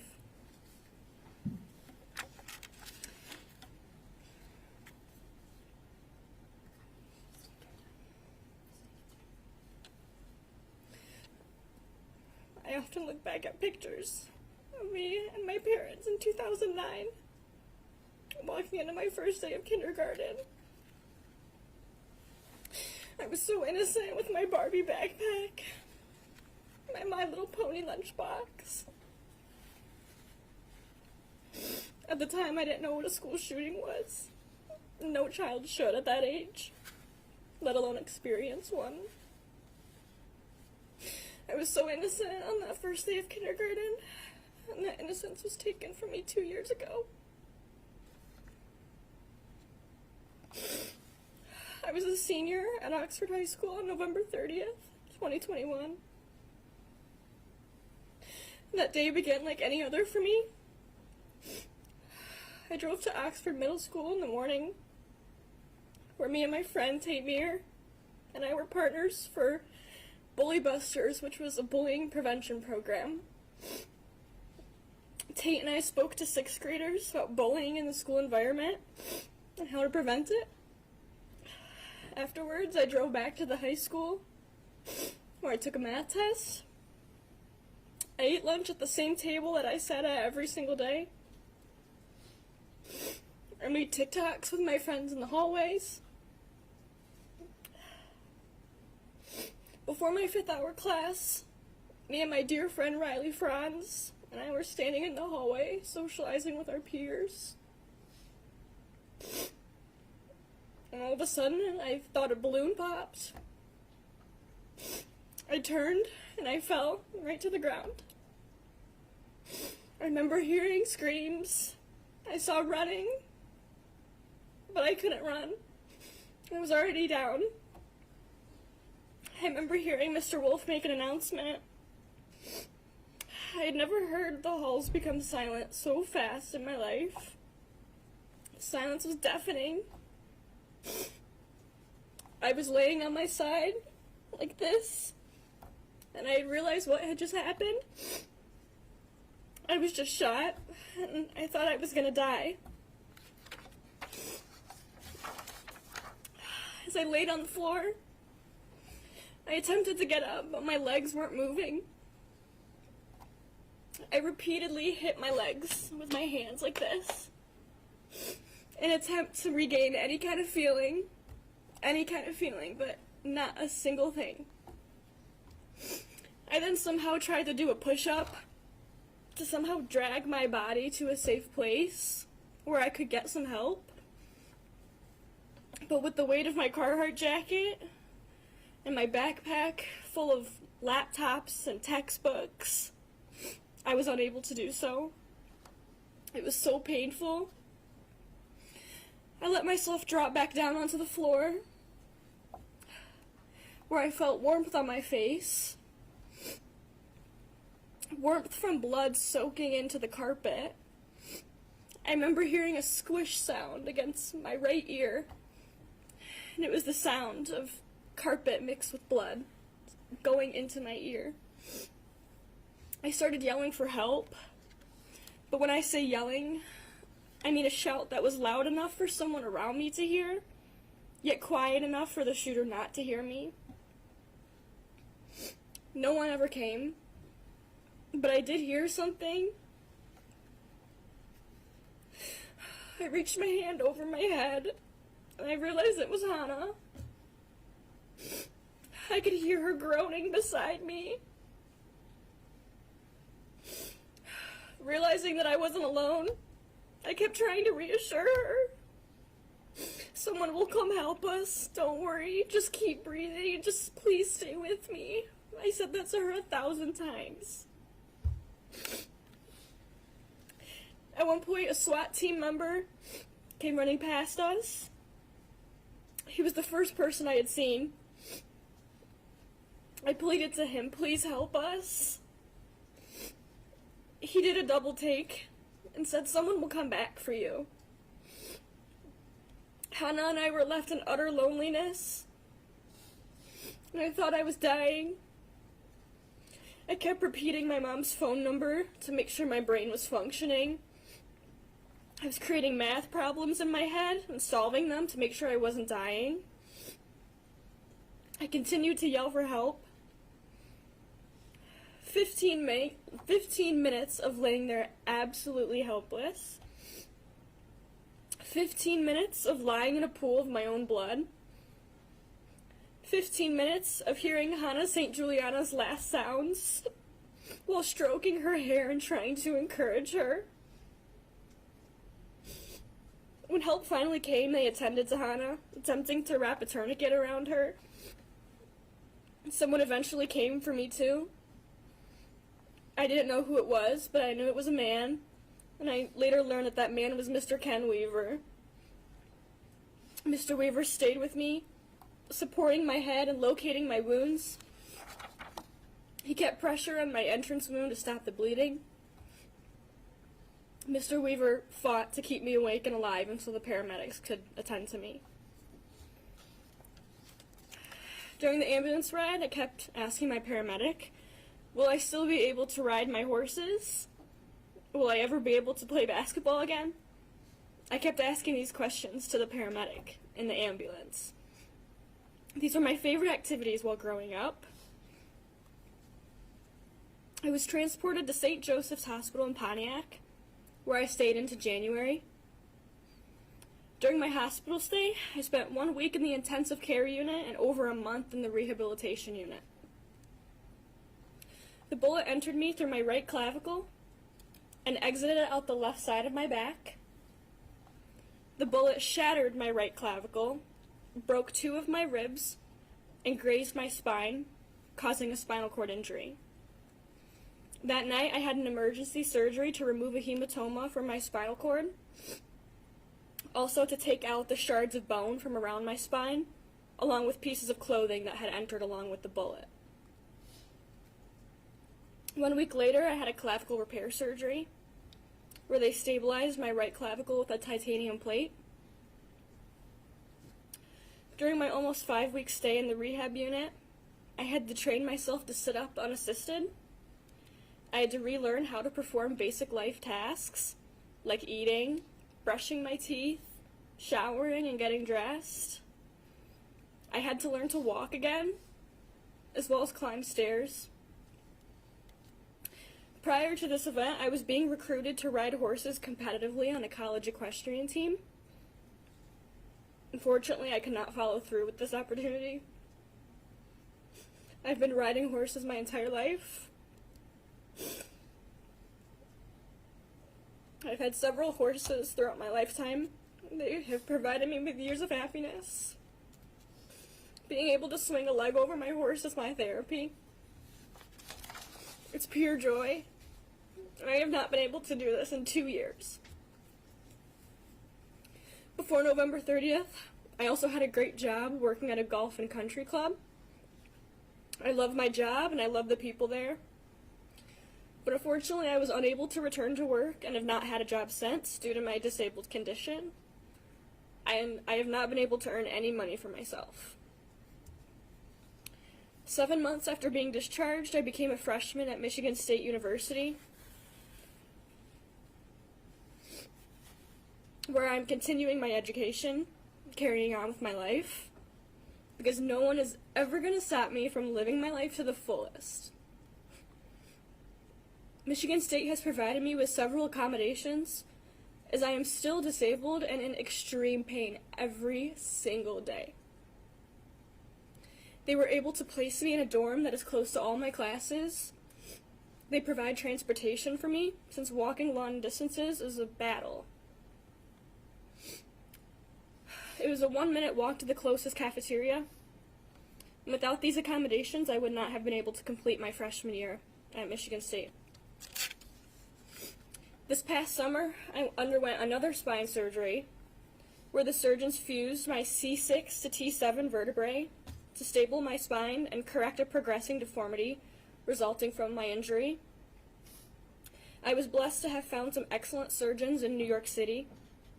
My family and I spent 2 weeks recovering in New York. And Your Honor, to make everyone aware, back surgery is so hard. It causes intense pain and struggles. It's impossible to do anything yourself. I needed help just to roll over, sit up, stand up from a chair, get in and out of bed, and sip a glass of water. My 2 spine surgeries took the life out of me. Besides relearning daily life tasks, I had to stop playing tennis, riding horses, driving, and a whole list of other things that people can take for granted. Hanging out with my friends is hard, as the best I can do is sit down the whole time. I've been on a list of medications for the past 2 years, and I'm so tired of relying on medications to keep me out of my misery. I also have a thermoregulation disorder resulting from my spinal cord injury. With this condition, I'm unable to stay warm in cold weather or to keep my cool body warm, or keep my body cool during warm temperatures. This is a difficult condition to cope with, as I must keep the weather into consideration when making any plans or just choose to stay indoors. Currently, I'm a sophomore at Michigan State University, where all these accommodations are still in place. Even though I am able to attend school, I'm still in constant pain. Every single day when I get out of bed, the physical pain hits me hard. For reference, Your Honor, it has been 738 days of constant physical and mental pain. It has been 738 days without playing basketball or tennis. It has been 738 days of not being able to ride my horse. It has been 738 days of reliving the tragedy in my head every single hour. It has been 738 days of living with PTSD, scared at the thought of someone hurting me again.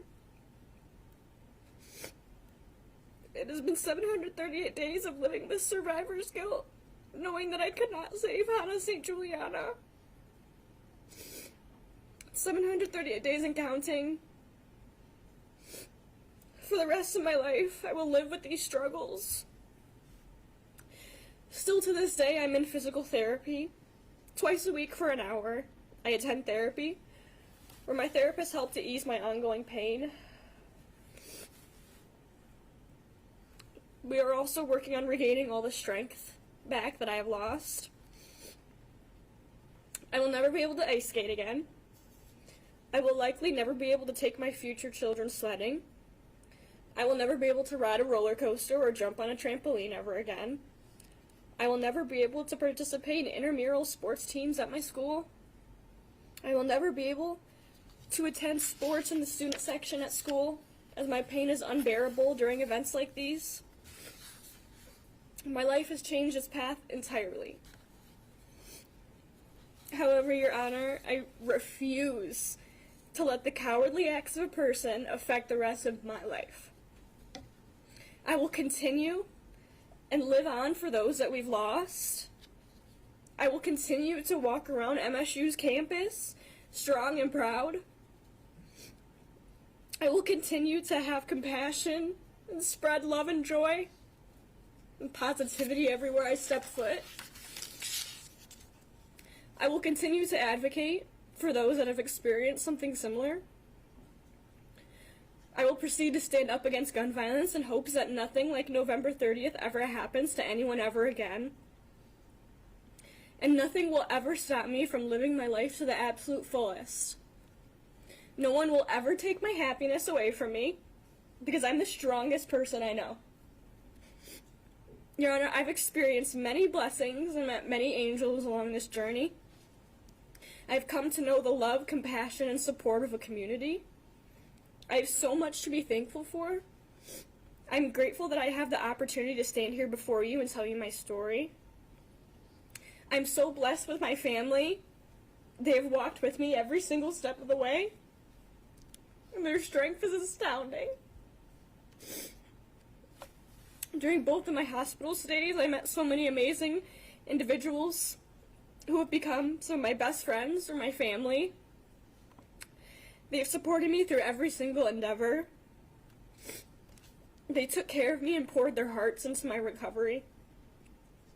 I'm beyond grateful for my hospital and healthcare family that have cared for me as if I'm their family. And I'm so fortunate to have some great friends who make changes to their lifestyles just to accommodate mine. Most of all, Your Honor, I'm thankful that I'm still here. I keep my faith and trust in a greater plan. As long as I'm on this earth, I will fight for justice for everyone in this country that has experienced something similar. Please do not let anyone else suffer the impact and trials of our tragedy that we hear about today. Please let there be no opportunity for more tragedy and pain, because no one deserves this. Thank you for your time, and I hope my presence here today will help you make the right decision.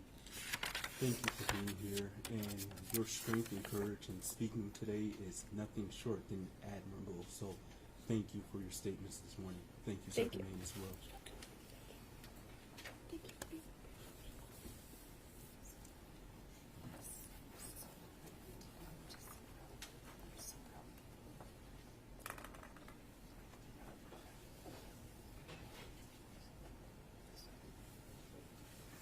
Thank you. People? Judge, Ms. Riley Franz. Thank you.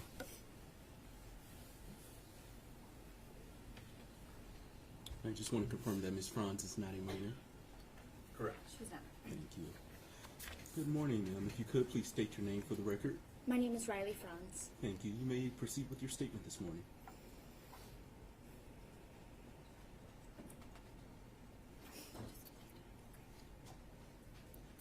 I've contemplated how to put November 30th, 2021 into words since the day it took place.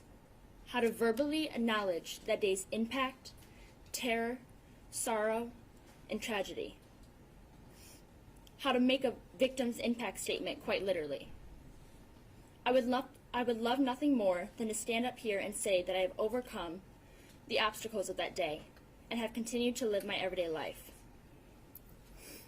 But that would be a lie. November 30th has altered my life in every single aspect. It has changed and molded the way I think, the way I feel, and the way I act. I can no longer sleep without having flashbacks of a bullet entering one side of my neck and exiting the other. I feel limited on what I can do at 19 years old because of the thoughts running through my head. My entire existence has been consumed by fear, and that I will once again have to experience the pain and the suffering that I felt on November 30th. I used to love attending school, where I would learn and create connections with others. I now experience panic attacks nearly every day when I have to attend university. I can no longer sit in a classroom and focus and take notes like many students around me.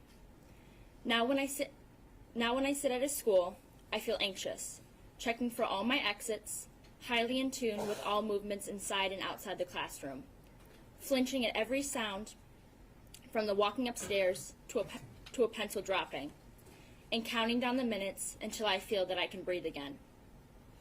I cannot remember what it's like to feel safe and secure in any space that I occupy. I often cancel plans because I fear leaving the comfort of my home and my family. On the days that I can't get out of bed because I'm afraid when I'm sitting in a restaurant or classroom or even walking to my car, the unimaginable will happen again. When a balloon pops, a car backfires, or people run past me, my thoughts have been consumed by fear while my body is constantly in survival mode. I mourn the life I once had, which my selfless parents worked so hard to create for my sister and me. Free of hardship, pain, and worry. A life filled with opportunities and fearlessness. I feel that the structure my parents created was burned to the ground that day. Everything I had the privilege of not feeling or fearing is now my daily life. I mourn the childish wonder and carelessness stripped from my little sister, the most fantastic person I've ever had the privilege of sharing life with. I mourn the person I used to be, because although I survived, the original pieces of me didn't. I will never have the opportunity to experience life like I used to, with so much joy and clarity. The scariest part of November 30th for me was not that day itself, but the days that followed it. On the days that I feel like I am not occupying my body, but watching it from above. I feel like I cannot breathe because I'm paralyzed in a world no one who hasn't experienced something like this could ever imagine. Pieces of me shattered that day, and 2 years later, I am still struggling to put them back into place. But every day, I choose not to allow what a selfish individual decided to do to break me. I, Riley Franz, am a survivor of gun violence. I, Riley Franz, am a survivor of a terrible epidemic caused by a broken system. But I refuse to be known as a victim at the hands of an individual with no regard for others. His selfishness will not consume my identity. I am so much more than a victim. I'm a daughter to the most amazing parents, Jeff and Brandy. I'm a sister to the most remarkable young woman I have ever met, Isabella. I am a friend, a classmate, a cousin, a granddaughter. But most importantly, I'm a person. I'm a person who deserved a chance to make it to her 5th class that day. I'm a person who deserved to not run in fear while she bled out. Someone who deserved not to have to answer a phone call from her little sister asking if she was safe. I deserved to be a child that day. A student who made it to her class, not someone's target practice. I would never wish what I experienced upon anyone in this world, what my family experienced that day, what I continue to battle daily. No child should have to fear that their school will be next, that they need to know what to do if the worst breaks out in front of them. Children should attend school focused on their studies, friends, aspirations, and dreams. No parent should have to worry that their child is unsafe at a place where they are supposed to learn and prosper. Students should no longer have to learn lockdown drills. Instead, we should work harder to create a system that prevents gun violence and prevents children's lives from being stripped away and leaving only pieces behind.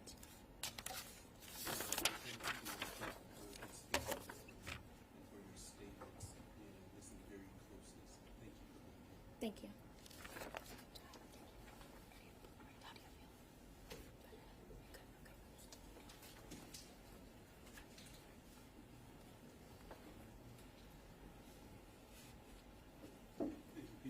We have a minor next, Judge.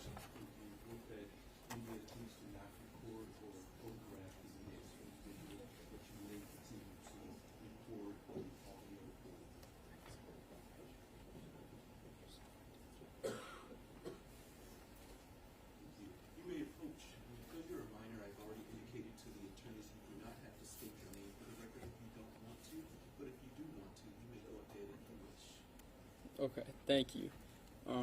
My name is Keegan Gregory, and on November 30th, 2021, my life and many others were changed forever.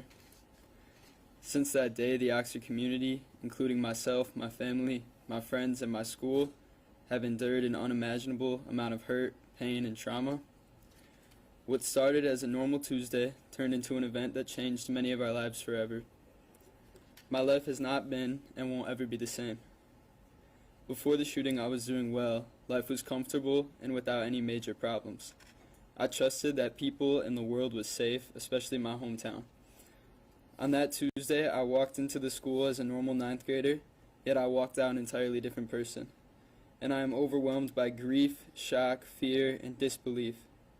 On that day, I was trapped in the bathroom with the perpetrator and with Justin Shilling.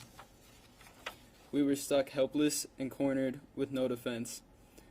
I was right there when he was shot and killed, yet I couldn't do anything about it. I was in absolute disbelief and shock. It doesn't feel real that somebody has the capacity to kill people without any remorse, thought, or cause. Everyone at school that day was living their own life, and there was no regard for who he shot at and or killed. It was, and always will be, the most terrifying moment of my life. Being cornered with no option but to run out of the bathroom as fast as I could, hoping to live.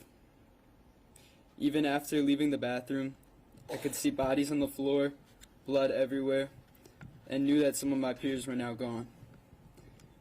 It was the day when Justin's life was cut short, and he had no choice or say in it all. I know that my life could have been taken as well that day. What started as shock and disbelief on November 30th and the days following slowly became fear that overwhelmed me and brought me to a dark place, filled with sadness and grief for the families who lost someone close to them, as well as the thoughts about what other students in the school and their families were going through. Those were and are the darkest moments of my life. I felt then, and still feel now, the guilt of surviving. I know that if it wasn't Justin's life that was taken, it could have been mine, and I am forever grateful for him for that. I almost feel guilty about being alive, knowing that Justin's family is living in grief. I remember meeting them for the first time and not knowing who they were, what they were going through, or how they would react. That guilt is now compounded with sadness, fear, anxiety, and trauma. It is insane that one person could change the course of so many lives with a single event and not care about them at all. My life and so many other lives were changed because of it. I did well in school, and yet after the shooting couldn't bring myself to go into school, let alone focus or learn anything. I didn't feel safe. This year I have finally been able to attend and be present in school. However, I still experience many triggers on a daily basis and have to work 10 times harder than I did before. I can't go into crowded rooms or public spaces without feeling afraid. Initially, there was a constant thought of how can I escape, because I didn't and couldn't trust anybody. To this day, I still scan rooms and people whenever I'm somewhere new because I can no longer assume that the world is a safe place. At the time, I wouldn't speak about it because it was too much. No one could truly understand what we went through that day. I felt absolutely hopeless because I could barely function in my day-to-day life. My daytimes were filled with flashbacks, fear, grief, and paranoia. My nighttimes were sleepless and consumed with thoughts about the day. I had gained awareness of every noise and potential danger in my home, and nightmares that I had no control over. I couldn't find true rest or safety when I was awake or asleep, at home or in public, with people I knew or people I didn't know. There was no safe place to escape, not even in my mind. I continued to feel trapped in this new reality. Even knowing that there was a 0.01 chance of anything bad happening, the potential danger or harm is always in the back of my mind. With the past several months, my family moved out of state. It has been extremely difficult to meet new people because I didn't know who I can trust. Well, when I do meet new people, it's hard to explain to them what I went through on that day and the impact it has had on my life. They can't truly understand or relate. It's scary to know that there can be someone else in this world that has the potential to harm so many. It's harder to function in my day-to-day life while everything takes a little extra thought or precaution. I used to be good in school, now it's hard to be in the building, let alone socialize or learn when my brain is constantly operating from a place of fear and anxiety. My life is now full of what-ifs, and it's hard to present in the moment. He robbed me and the Oxford community of so many things. Thankfully, our community came together to support one another. But this came from a place of trauma and brokenness and should never have to be this way. So many people, including myself and my family, had to reshape, reorganize, and reschedule their lives financially to accommodate for the aftermath. The therapy appointments, groups, doctor appointments, community events, court dates, etc. When we were in our most vulnerable states, we had to endure the challenges and obstacles that come with the tragedy. There are so many things in our lives that won't ever be the same. We were ultimately robbed of our trust, safety, security, friends, school hobbies, and life as we knew it to be. Your Honor, I trust that you will assign a sentence that makes sure he won't ever hurt anyone again. No matter the outcome of the sentencing, I hope he can receive the counseling he needs to understand the impact of his actions that it had on the community and the people's lives. I hope one day he realizes how unnecessary it was. It's been over 2 years since that day, and I'm still very much in the process of healing. Not a day goes by that I don't think about it or feel the impact. My hope is that one day things will steady out and my day-to-day life will become easier. I hope that we can all heal to a point of living without feeling afraid, anxious, hopeless, or guilty. I hope this is something that will grow with me and strengthen me, but no longer define me. I hope we can all get to a place where November 30th, 2021 is a day of remembering the lives who were taken and is no longer remembered in the way the perpetrator had intended. I hope we will come out of this stronger than we were before to carry on the legacies of the four lost.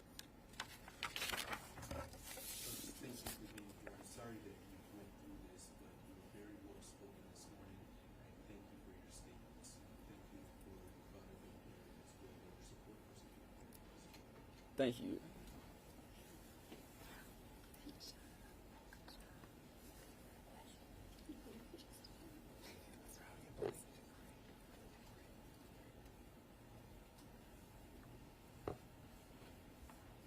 Judge, we have a minor next as well.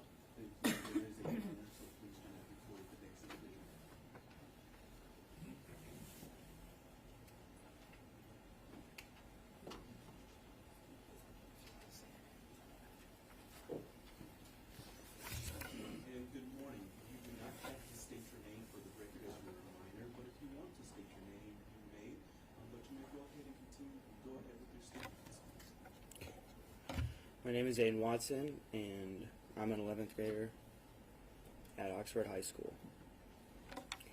Your Honor, in 2021, I started my first year of high school, and it was my first year back to seated classes after a year of doing online because of COVID. I was really excited to be in high school and go to this class called Radio, TV, and Film because I wanted to be an audio engineer. I love to edit videos and work on anything audio-visual. At home, I would set up concerts for my family with special lighting, microphones, speakers, videos, and a stage. At church, I was helping out with sound, doing lights for VBS, and I started doing some DJing stuff for events and grad parties. I couldn't wait to grow up and move to California to work in the movies. Around the end of October, threats started happening at the school. I remember the deer head and a picture of a bird in a jar. I remember being on the bus and my friend showed me in a group chat a threat that scared me enough to call my mom and ask to come home. I didn't go home that day. I also didn't get shot that day. I remember that was the first time I was really scared that something could happen. On November 30th, 2021, I was a freshman in high school, and before my 5th hour algebra class, the shooter turned that fear into reality. I remember going out into the hall to see why kids were running and what noise that was. I thought it was a senior prank, but by the time I realized, I was staring at Tate Myre, and he was shot and he died. I tried to run into my classroom. I didn't know I got shot until my friend told me I was hit, and he said that we needed to get out of there.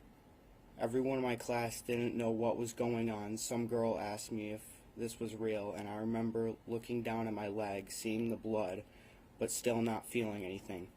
At the same point, I ran out of the class and out of the school with a friend. Everyone was still in that classroom, and the shooter was still out there somewhere. I was running so fast out of the school, I called my mom because I was scared and I wanted her to help me. I didn't know what to do, but I ran and called her for help. My friend flagged down a car and I got in it. It was someone I didn't know, and he told me that his kid was in there. Instead of him going in there to save his kid, he saved me instead. He drove me down to his business. Somebody at his business called 911 and an ambulance came, but they didn't take me to the hospital. Later on, my mom came and she was crying and panicking, which made me cry. I still couldn't feel the pain, and I can remember some things, but details and how things looked, I can't remember clearly. My therapist said it's because I'm blocking it out to protect myself. But I remember what happened after the night and how everything changed. At the hospital, I had to talk to many different people from different law enforcement agencies. I told the same story 4 times. It wouldn't be until I watched the video in the prosecutor's office and I would find out that my memory was not exactly right. This was hard. In the hospital, police took my clothes, including my marching band hoodie with my name on it that I got from being in marching band for my first year as a high school student. I didn't want to be in the hospital, so we left. I remember the pain that night, and it was a pain that I would keep on having. We had to change the bandages all the time, and every time it would peel off my skin and hurt badly. This went on for what seemed forever. I couldn't walk then. I didn't realize that I would never be able to run again without having pain. I used a wheelchair that I borrowed from my church. I tried walking in a boot, but it hurt too bad. I was shot through my leg, so I had 2 wounds on each of the side of my leg, and the boot squeezed and pushed into my wounds when I tried to move. I couldn't do it. I just had to lay in bed. Eventually, I was walking on crutches. Sometimes it is still hard, and the pain just happens. I get random extreme pains in my leg to the point where I have to sit down, and I can't continue what I was doing. I have lots of testing, including something where they poked me with a bunch of needles and they messed with my nerves. That felt like I was being burned. I found out I have permanent nerve damage, and that might be where the pain is coming from. I did physical therapy for the first time, and it was a lot of work. I ended up having to go back a second time because the effects came back and they were even worse. It was hard and helped, but not completely. I took prescription medication now to help with the pain. Since it happened, I've tried to do different things, but marching with the band and parades can't happen for me anymore. I tried football, but I had to kneel most of the time on the sidelines, and I really couldn't play. The rest of the team didn't understand, and some of them were mean to me. I was afraid for a long time, and sometimes I still am, but I try to make it better now. I don't want this to happen to me, so I always will be looking around. I will be prepared next time, and I will know when to run when it happens. I always look around now, and I am more careful in situations now. After it happened, I was afraid to be in crowds, in loud situations, and indoors where I couldn't see how to get out. One time I was at a banquet for my sister and I saw a kid hiding in the corner in a black hoodie. I started crying and I started to run out. That happened to me a long time ago. I would start to get really scared and run out wherever I was. Another time, a neighbor shot off a firework in the middle of the day. I was really scared, fell to the floor, then ran into the house and locked myself in the bathroom. I couldn't calm down. I was prepared for fireworks happening at night, but not in the middle of the day. I started seeing a therapist from church, and that didn't really help. I did EMDR therapy, and started to see different therapists. She helped me. She went to the school with me so I could walk around and work through some things at school. I still see her sometimes when I need help. I called her in the parking lot at school once. This was probably a year after it happened. That year, though, I never went back to the school alone. I remember when everyone went back and I couldn't do it. I just wanted to be like everybody else, but I couldn't. It was too hard. I went back to one class at the end of the year because it was my favorite, radio, TV, and film, and my sister sat in there with me every day so I could go. It didn't matter. I didn't like that class the same way then. My sister was a senior. She sat with me until she graduated. I never went back that year. I needed a quick escape, so she had to be there. I still need that. I drive now, so if I need a quick escape, I can drive away myself. My friends don't understand why I was different then and why I couldn't do what I used to do both physically and mentally. I couldn't sleep for the longest time. I could only sleep with music now. I kept hearing gunshots and they wouldn't go away.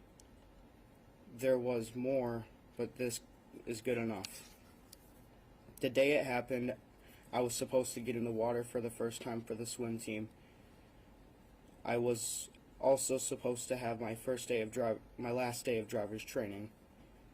When it happened, everything changed for me and everyone else. Before the shooting, I was a freshman in high school, in marching band, taking driver's training, looking forward to everything. I wanted so much that I know I can't have now. I don't like the same things the way I did. I'm worried about everything all the time now, and it makes me think about what I need to do and what I can do. I don't want to go live far away as an adult and have a job to where there's lots of people and noise. I can't do that anymore. He has basically ruined the rest of my life. Even though it's 2 years later, I still feel pain and effects he did. Every day I feel them. I believe that the shooter should be locked behind bars forever because of all the things that he did. Someone like him does not deserve to be walking amongst other people in this world. He should get life without parole, and he should be locked in prison forever. He should never see the light of day again. He is a horrible human being, and the fact that he did what he did and the fact that he thought what he did on November 30th would be fun is proof that he is horrible. I do not believe that he is crazy. I believe it's a scheme. I believe he's trying to lie to us to try to get out of prison early. If it were up to me, it would never happen. He would never be able to touch grass outside of prison.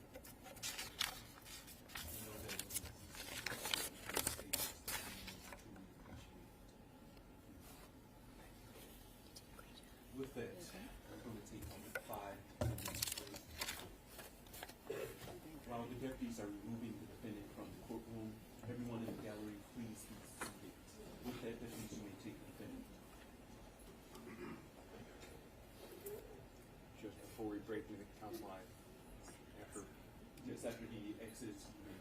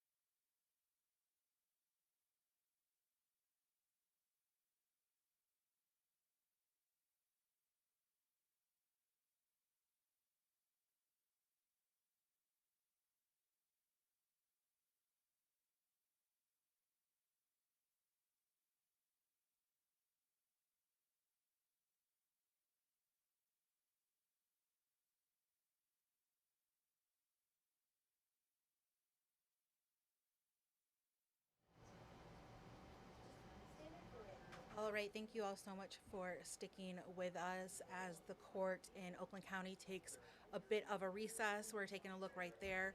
We are awaiting Ethan Crumbley to come back into the courtroom after the court's recess, where victims of the Oxford High School shooting, which was on November 30th, 2021, are still giving their impact statements. We've heard from some of the parents of the 4 students slain, as well as their siblings, classmates, even a teacher who was there the day of the shooting and was injured. So we're just waiting for Ethan to come back in this courtroom right here. Again, this is in Pontiac, Oakland County, Michigan, where the first phase of sentencing for Ethan Crumbley is getting ready to take place.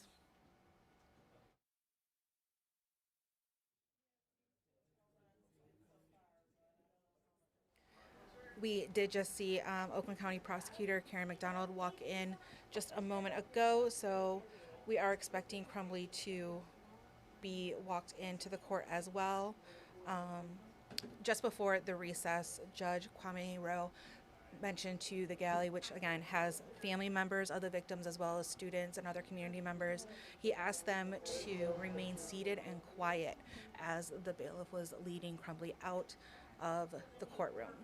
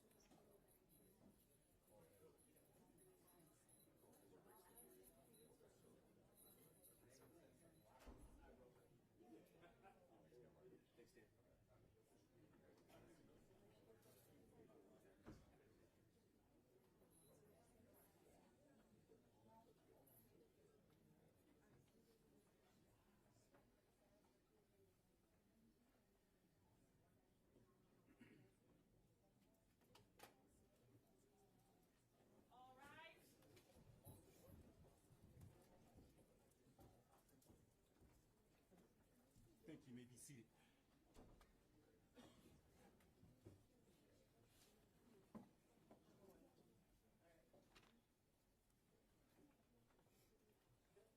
Your Honor, calling People versus Ethan Crumbley, case number 2022-279-506-FC. Thank you. Appearances for the record. Karen McDonald on behalf of the people.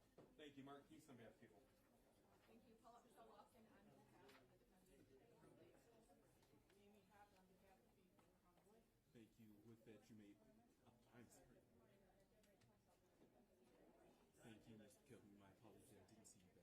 with that, everyone may be seated. We'll let people come into the courtroom and be quiet, please, so we can continue with the proceedings.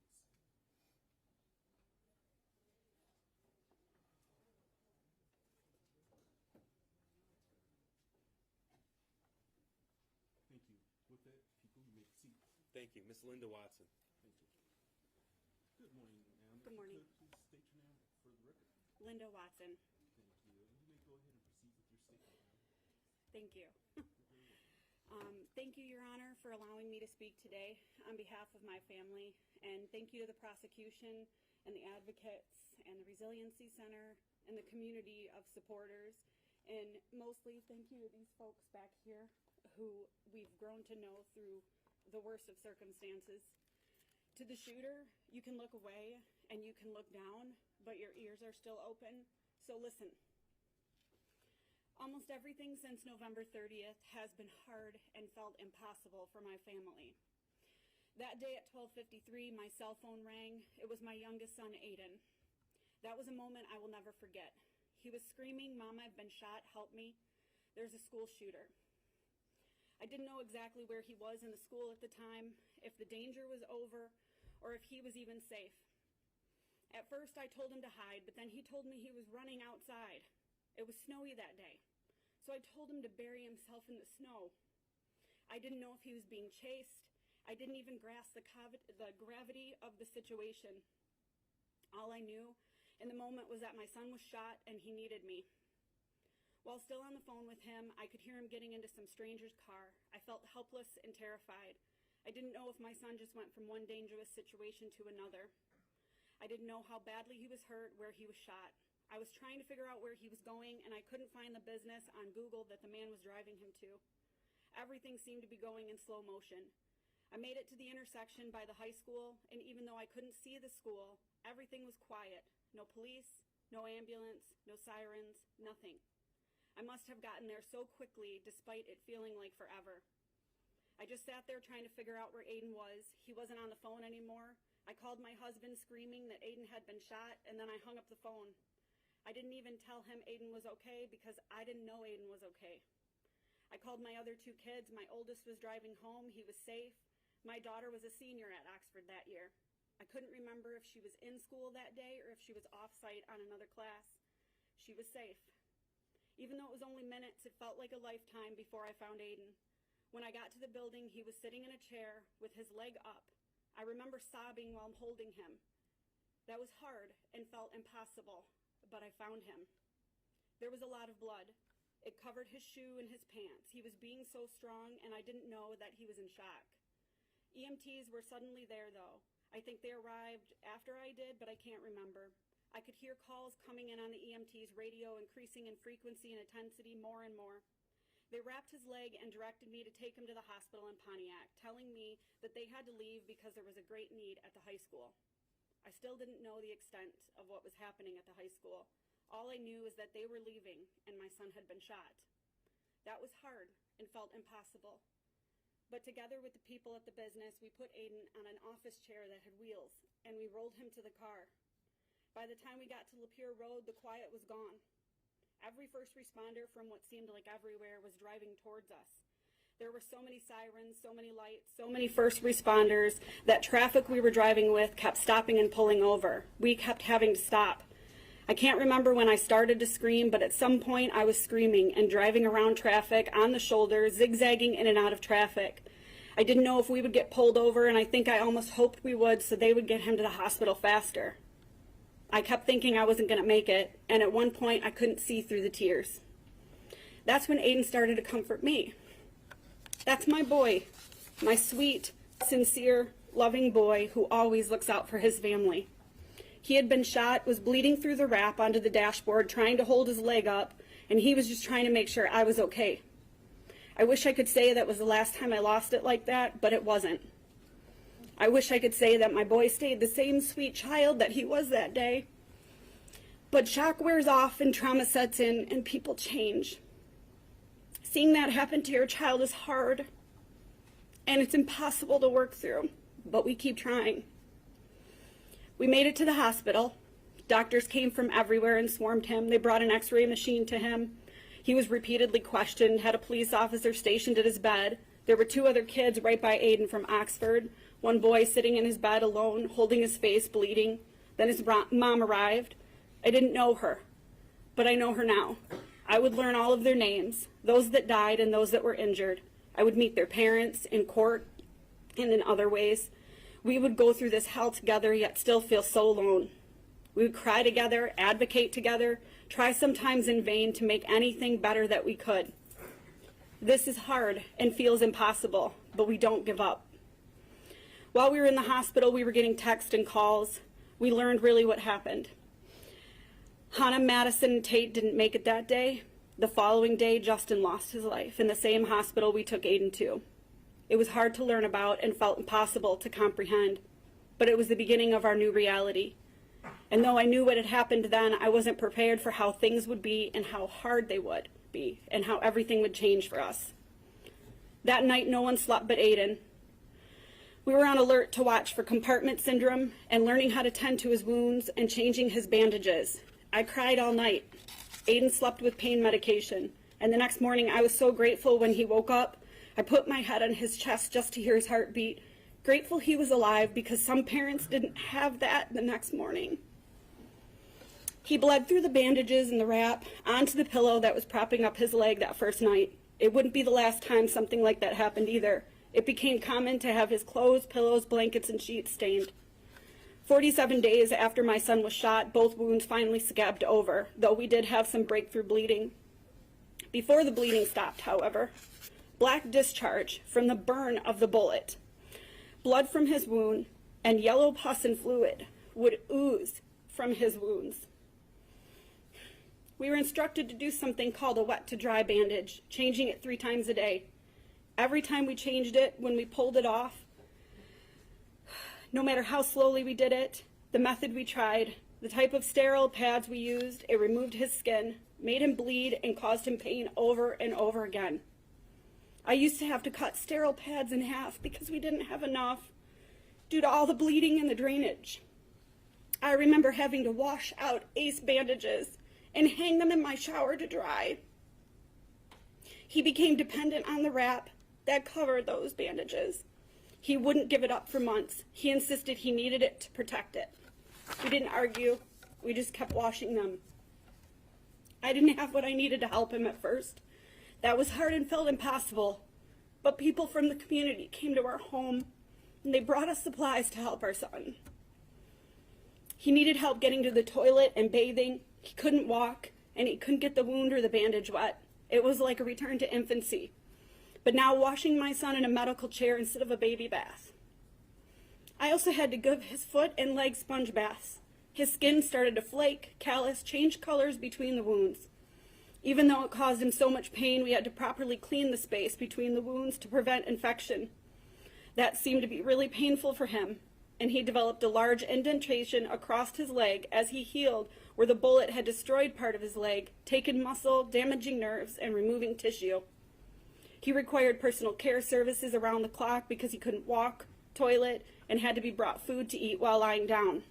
I remember worrying about not being able to go back to work, about insurance, and paying our bills. I would hide and cry on the bathroom floor so he wouldn't see. Being so upset I couldn't stop throwing up because I didn't know if we were going to be okay financially, if I couldn't go back to work because I carried the benefits for our family. But it didn't matter because I wasn't going to leave him. My husband was off work too, and we just didn't know how to be anymore. We couldn't function. We only knew we had to be there for him and for our family. That was hard and it felt impossible, but we took care of each other because that's what family does. That's what good parents do. I remember how our family was before this, though. Everything we had to do since this, how it weighed on us, how it changed us. I wouldn't describe myself as a helicopter parent before, but definitely an involved parent. Now I'm always afraid of losing Aiden and my other kids. I'm overprotective, worried, and I can't let go. I'm definitely a helicopter parent now. When Aiden was ready to start being around other people, one of his siblings would go with him. My other son could blend better at an all-kids support group than adults. Aiden tried to go once, but he couldn't go back. It was too hard. When Aiden tried to go back to school just to see how it was, You just heard from him. My daughter would go with him. She audited a class with him she wasn't registered in for the entire rest of the year before she graduated so he could go. Most days he couldn't make it anyway. Even as he progressed and we made it to the summer after the shooting, after my daughter had graduated, she went with him to band camp. It helped Aiden, but he didn't make it through band camp either. He called me crying in pain and he was scared. I ended up with him, bringing him Vicodin and a scooter so he could get around. That was hard and felt impossible, but his siblings were there for him when he needed him, and we modify things to make it through. He had his first panic attack at his grandma's house the Christmas after the shooting. It was the first, but it wouldn't be the last. And honestly, at this point, I've lost count. Like when we were shopping in IKEA almost a year after the shooting, and he said, "I gotta get out of here," because he felt trapped and started to have a panic attack. Or when an unexpected and loud firework on a July afternoon sent him rushing into the house, crying and angry, where he sat on the floor. He was so mad because he had made it through fireworks just the day before. But you see, those are the ones he prepared for. That was hard and felt impossible, but that is what we must do now. Lots and lots of preparation to get through anything. Though you cannot prepare for everything, like when a balloon popped at a sporting event and we had to leave over a year later after the shooting. At one point, we had to stay in a hotel because construction noise, such as nail guns, sounds too much like real guns. Every time we learned a new trigger, we had to develop a new plan. We were and always are in crisis management mode. He used to have terrible nightmares and hear gunshots that weren't there when he was awake. Noises are hard, but absolute silence was impossible. So we bought special headphones he could sleep in and a music subscription. It didn't take it away when he was awake, but it did help him sleep. Something that stands out like it was yesterday is the look on his face when he tried to run for the first time. When he realized he couldn't do it, the pain was too much and it stopped him. I remember how confused he was at first. It was devastating to see his realization, his pain and sadness simultaneously. That was so hard and definitely felt impossible. But he's done so much work in PT since then to get where he is now, yet he still is not where he should be if it never happened. Aiden still doesn't go to high school for a full day 2 years later. He's never been able to work back up to that. The year after the shooting, after his sister graduated, he didn't have her to be with him. He also didn't have what he referred to as a quick escape, because that was his term for the ability to get out of the school if he needed to. We had a plan for that too. Last year at the beginning of the school year, I had to drop him off and sit in my car in the parking lot for the few hours that he was there each day. That was hard and felt impossible to send him back to school at all. But he learned to drive, and we created a process with the school that included a special contact he would have. He had to get special permission for the times he just had to run out of the school because he couldn't take it. A panic attack would set in, embarrassment would happen, and then he would just run out. Even with the process, the accommodations, and the planning, still some staff and some of his peers don't get it. They're either clueless, not informed, don't care, or are indifferent. But they don't understand how hard and impossible everything is most days for Aiden. They don't understand all the thought, planning, effort that goes into trying to make just a portion of the school day work for him. Aiden's been questioned by school staff, asked to provide doctor's notes to validate not being able to do something. He's been harassed and bullied by students who don't understand that Aiden has an accommodation and not an unfair advantage. They don't understand that all Aiden ever wants is to feel normal and do everything everyone else can just the way they do it, but he can't anymore. This is very hard and continues to feel impossible. But we keep adjusting the process and the plans. We keep having the hard conversations with staff and students that should know better, but this is our life now and not theirs. So I don't know if they will ever understand. As parents, we've had to stand in front of the school board, the Senate, connect to politicians, beg them all for help, to do what's right, to get answers, to do something to help, only to get backlash and be outcasted by a portion of our community we once loved. We try to put our anger into something good, advocate for change, but it doesn't help. We lost parts of our community because people don't understand and are callous, seeing our attempts at advocacy as a stance against who they are. People mean well, but they don't understand that their words can be hurtful to Aiden and our family. We've been told we are the lucky ones, that we need to stop being negative, be grateful he is alive, and we are. But hearing, you just need to get over it already. You haven't moved on yet? It was just his leg. You are carrying around an offense that isn't yours. And even, maybe this isn't the place for you anymore, by the former superintendent. Just starts to weigh on you after a certain amount of time. Especially when all you're trying to do is heal your son and your family. Going out into the community, we're confronted with people staring, pointing, whispering, and many strangers boldly trying to talk about things with no consideration for how it hurts us or our son. We've even had people try to exploit a relationship with our family or our son to benefit off of the trauma. It made us feel like we couldn't leave our home, we couldn't trust, we felt like prisoners after a while. We shouldn't feel like a prisoner. This was hard and felt impossible, so we make plans to move. I'm not sure I would have gotten through any day without crying if it wasn't for medication, which is something I've never had to do before. I've also lost count of the number of times a doctor has told my husband and I that something medically that's going on with us is directly attributed to stress. I used to think I was a strong person, but I've struggled with everything, and I cry so easily now. I can barely get through this. I have tremendous guilt because before the shooting, when threats were being reported, Aiden asked me if he could stay home from school, and I told him he was safe, and he was not. I essentially lied to my son, and then he was shot. I carry that with me now. That's hard, and it feels impossible, but we have to take care of ourselves to take care of him. Physically, Aiden still has trouble with mobility, walking, running. He tries to always push through the pain so he could do everything that he's ever wanted to do. He got stronger and had to relearn how to walk evenly to prevent additional pain happening in other areas of his body due to body mechanics. He has nerve damage and inflammation that causes pain all the time. The pain that at 2 years post-incident, per the doctors, will be as good as it gets now. We hope they are wrong.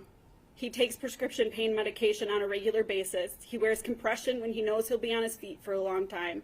Different recommendations for treatment have been more hurtful than helpful, like gabapentin and a TENS machine that sent him screaming, crying to the ground.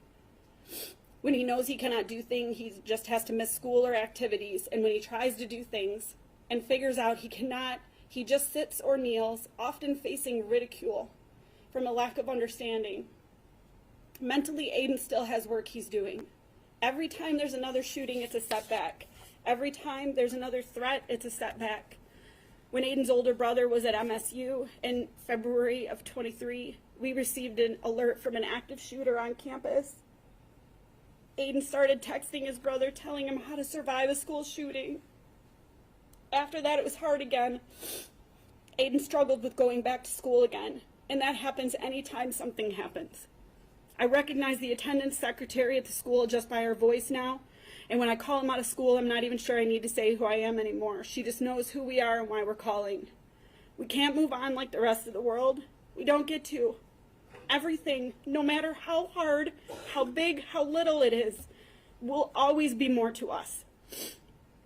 I've had so many conversations with my son that no advice or preparation could help with. Like when Aiden was preparing to go back to school long after everyone else returned, we found him looking at bulletproof backpacks and clothing.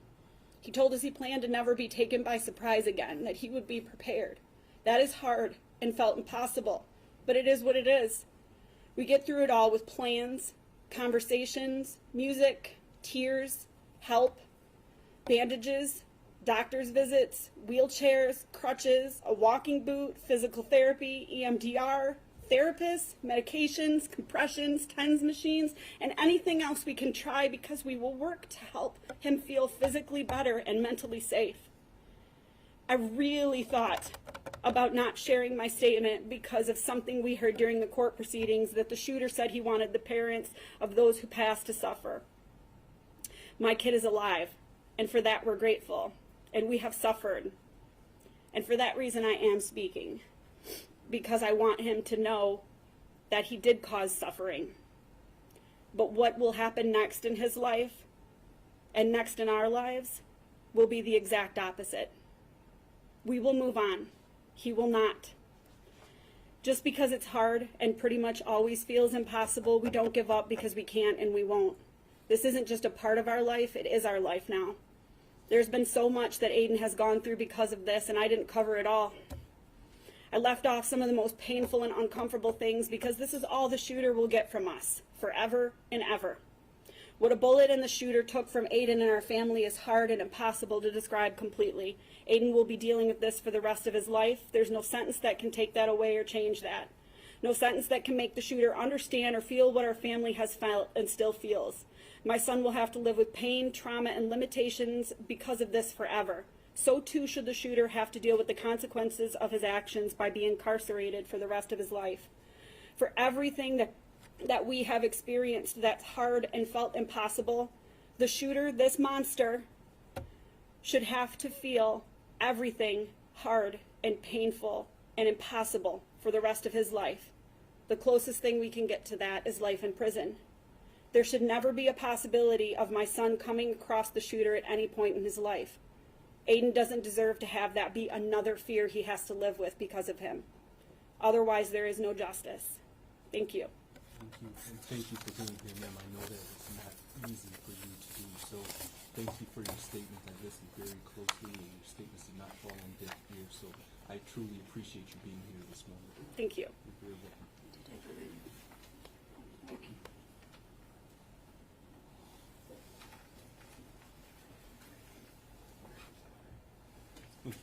People? Thank you, Judge.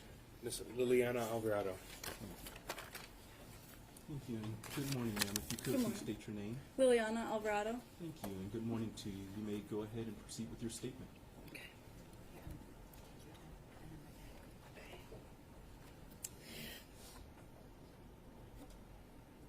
And take your time, ma'am, whenever you're ready.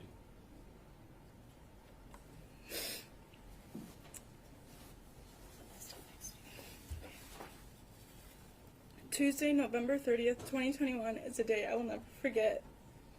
That day forever changed my life and my outlook on many things. It started out just like any other morning. Dropped my sister off at the high school. After I dropped my brother off at the doors at the middle school, then went to park at the middle school. I waited for my best friend because she was always late and we always walked together. As we walked, we went to the middle school for mentorship for the Bully Busters.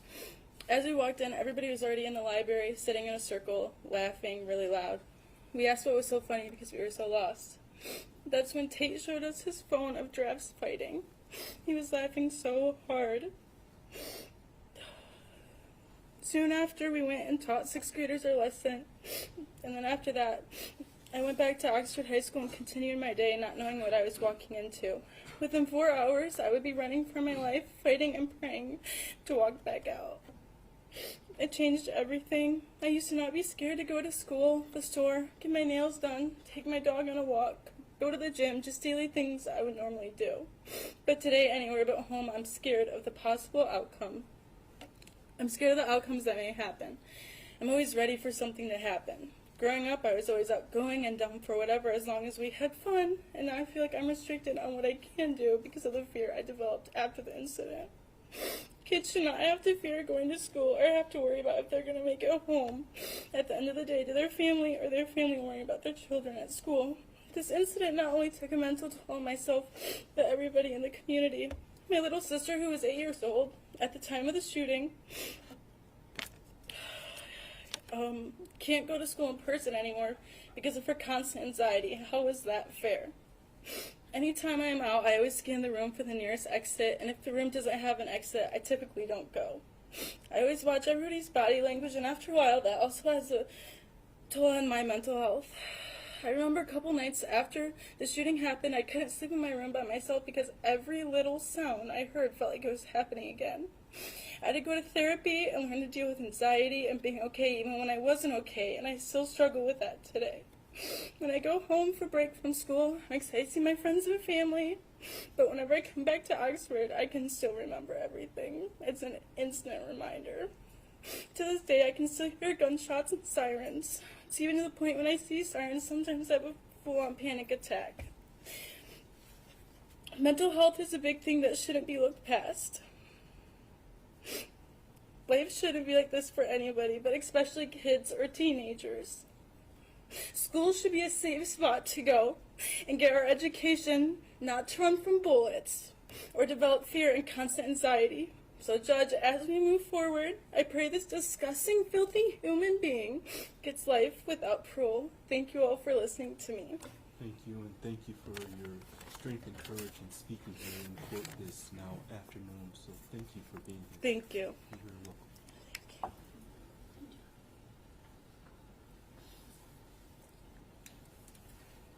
Thank you, people. It's Crystal Baldwin. Thank you, ma'am. If you could, please state your full name for the record. Crystal Baldwin. Thank you. You may go ahead and proceed with your statement this afternoon. Thank you. To the Honorable K. Rowe. First off, my name is Crystal Baldwin. I am the mother of Madisyn Baldwin, who was a freshman and present in Oxford High School on November 30th, 2021. He was in room 256. I will never forget the moment my husband told me that my son had texted saying somebody was shooting in the school. At first, my husband thought it was a joke.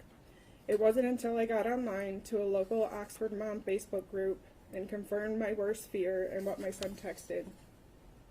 This is when my worst nightmare started, and I called him immediately to make sure he was okay. The words he spoke when he answered will haunt me for the rest of my life. I asked him if he was okay. He said, "Mom, had I been standing where I was 10 seconds longer, it could have been me." My heart sank. I was grateful he was locked down. I told him to stay calm and I would be in touch. I had to get a hold of Madisyn. I texted her, no response. Called her, no answer. Called my son back to see if he knew where she was. He said he would try to get a hold of her. I told him her phone just rang and rang. He blamed it on her phone battery always being dead. I told him this was different, as the phone was ringing and not just going straight to voicemail.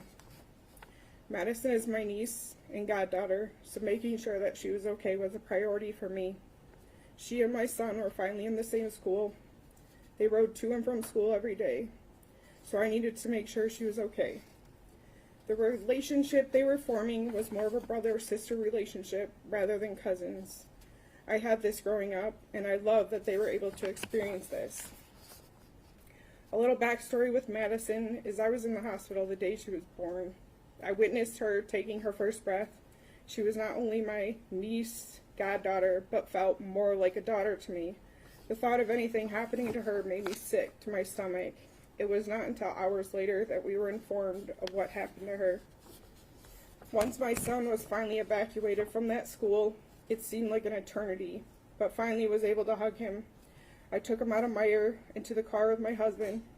He told me that what the officers told him as they were leaving room 256, they said not to look down if he did not want to be traumatized, as there was a body outside the door. He said there was blood on his shoes. I could not visibly see it due to them being all black. I went back into Myre as we were not leaving until we knew Madisyn was safe. We were all over that store just trying to get a clue. We were told to keep watching for the buses coming from the high school. Little did we know my son's bus was the last to arrive. However, once most of the store was clear, they called 3 families' names: Madisyn, Tate, and Hana. We were led into a very small office as if we were sardines in a tin can. The officer just came right out to say, "We have news on the 3 students. They are deceased." In that moment, my whole world stopped. I heard the words and froze as if the world was spinning and I was standing still. Then came the cries and screaming from Madisyn's parents. The father of another student punched through the clock on the wall and continued to punch all the way down the wall until he was on the floor. I knew I was needed, so tried to comfort where I could in disbelief that this was, in fact, a real-life nightmare. I had to then make phone calls to let people know, as we had so many people looking for Madisyn. Those were the worst phone calls I've ever had to make. My husband was in the parking lot, in my car. He just screamed and started punching the dashboard. That is how my kids found out that their cousin was killed that day. Both came into Myre to confirm I was not lying.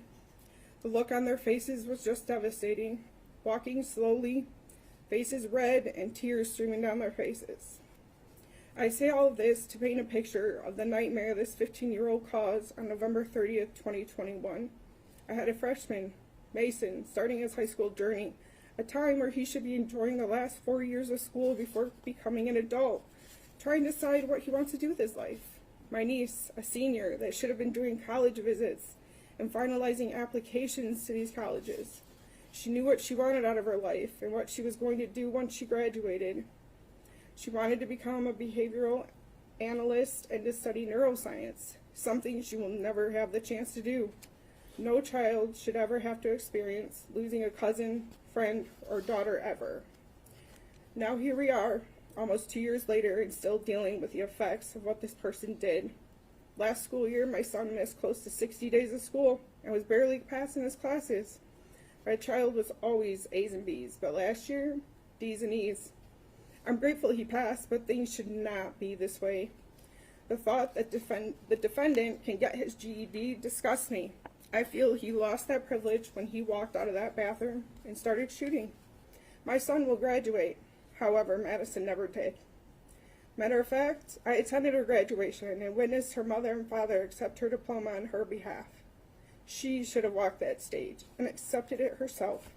Her chair should have been her sitting there and not with a picture of her and a basket of flowers. Madisyn was one amazing human being.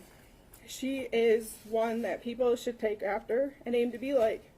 She was artistic, funny, caring, compassionate, driven, and overall just great. She was a large piece of our family puzzle. Now that she is gone, our family is broken. There are no longer family get-togethers for Christmas, and very rarely for birthdays. There's a crater-sized hole in the family. The fact that she was killed 15 feet from the door my son was behind that day cuts me every time. I often think, what if? What if she would have ran and got behind door 256 with Mason? What if she ran out the doors to the outside that were mere feet from where she was found? Would the outcome have been different? Something we will never know. My son walked by a body that day, and I hoped for so long it was not Madisyn, since only her and Hana were the only ones that died in that hallway that day. It was not until months later we found out it was not her, but in fact Hana. Does not make the situation any less traumatic or sad, as no child, or anyone for that matter, should have to be subjected to seeing this. Months later, I found out the whole truth of what happened that day to Madisyn. She happened around the corner at the same time the defendant emerged from the bathroom shooting. She ended up 15 feet roughly from where my son was. Had he been evacuated the opposite way, he would have walked past her and not known it. Sadly, as time passes and the defendant gets the attention and quote-unquote fame he so desperately wants, it pulls the focus off these 4 lives that were taken way too soon. Madisyn, Tate, Hana, and Justin. Criminals currently get treated better than the victims. The defendant needs to live in a cell for the rest of his natural-born life. With each breath he takes is one less than Madisyn gets to. The fact that he is even still here makes my blood boil. He took innocent lives, injured innocent people, terrorized innocent students, yet we get tablets and education privileges. I get it. We all have rights. What about Madisyn, Tate, Hana, and Justin's rights? Right to live? Right to be here? I cannot speak on behalf of the other 3 families, but I know what this whole nightmare did to ours. Our whole world crumbled that day, and we are still attempting to glue the pieces back together, which they will never fit the same. Madisyn will never get to fulfill her dreams of graduating, going to college, getting married, having kids, and just enjoying what life has to offer. She was slated to do great things, and please know that she would have done just that and so much more if she were still here. Why? Because the defendant took that from her.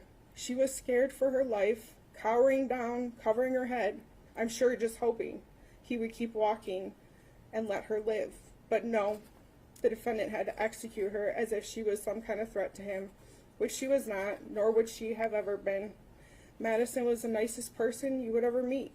If everyone aspired to be half the person she was, this world would be that much more of a happier place. She was a senior, as I stated before. She had only been in Oxford High School for 3 months as she transferred from Clarkston schools. She barely knew anyone. She was in the wrong place at the wrong time, which gives the defendant no right to execute a scared girl because he needs to, quote unquote, teach a lesson. No right to shoot anyone for that matter. He obviously missed a lot of lessons in life, whether it's from his parents, peers, or teachers. There are a lot of people in this world that have been subjected to a less than desirable home life or set of circumstances, but you do not see them out shooting up their school. It seems from everything that has come out, the defendant planned for months, researched outcomes, notated response times, mapped exits, and openly accepted his fate of spending his life in prison. So I ask you, do you feel like a 15-year-old, now 17, that put so much time and effort into this attack deserves to ever step out of those prison walls one day? I do not care that he had lousy parents. Maybe his brain is not fully developed, but he knows the difference between right and wrong. Yet he still followed through, knowing the consequences. Most people take these less than perfect situations and turn them into opportunities. The defendant chose the opposite path. He stated in his journal he was ready to spend the rest of his life in prison. I implore you to grant him his wish and sentence him with life without the possibility of parole. Thank you. Thank you, ma'am, for being here, and thank you for sharing the positive stories as it relates to your niece. I appreciate that. Thank you. Thank you.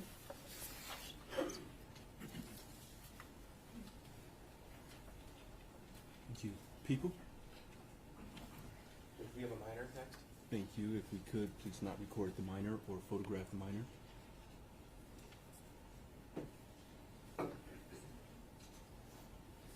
Thank you.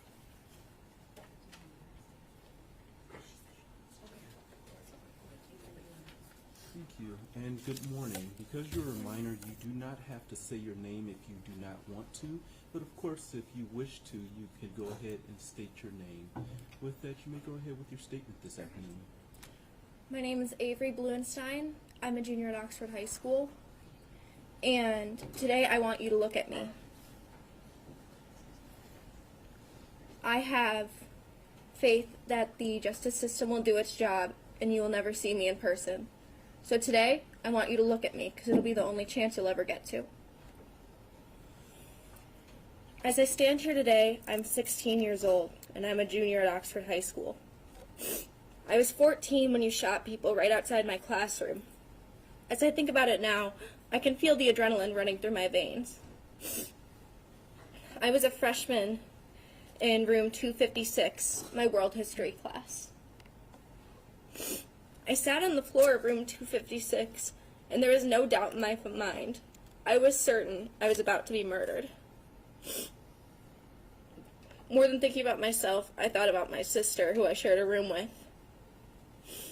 That night, she would come home to our shared room, and she would be alone. Would she get any sleep? Could she ever again? And at my funeral, what would they even talk about? I haven't accomplished anything. I was 14. I'm not done living. I wouldn't be able to hug my parents goodbye as I left for college. I thought I was never going to be able to get married because it was all about to end here in my history class. I hoped and prayed, please, when I get shot, don't let it be my face. My family wouldn't be able to handle it if I lost my face. Could my friends say goodbye if I didn't look like myself? November the 30th, 2021, I was given my very own life sentence. I was only 14. I am now sentenced to a lifetime of PTSD. I've spent hundreds of hours in therapy offices, and I've spent all my tears on this for so long. Whatever punishment the shooter gets, it will not be enough. Nothing could ever be enough. You took Hana St. Juliana. She was so strong. She could have lived, but you stopped in your tracks and you shot her again. She didn't deserve it. My teachers, in the beginning of November, had made arrangements so I would sit with Hana in my classes, because I was new to Oxford that year. My teachers looked through my schedule, and they looked for kids that I had a lot of classes with, and Hana was on that list, and they knew her, and they knew that she was kind, so they told my teachers to set me with her. She was so talkative and friendly. Tate, Justin, and Madisyn didn't deserve it either. The only person who does is you, but much worse.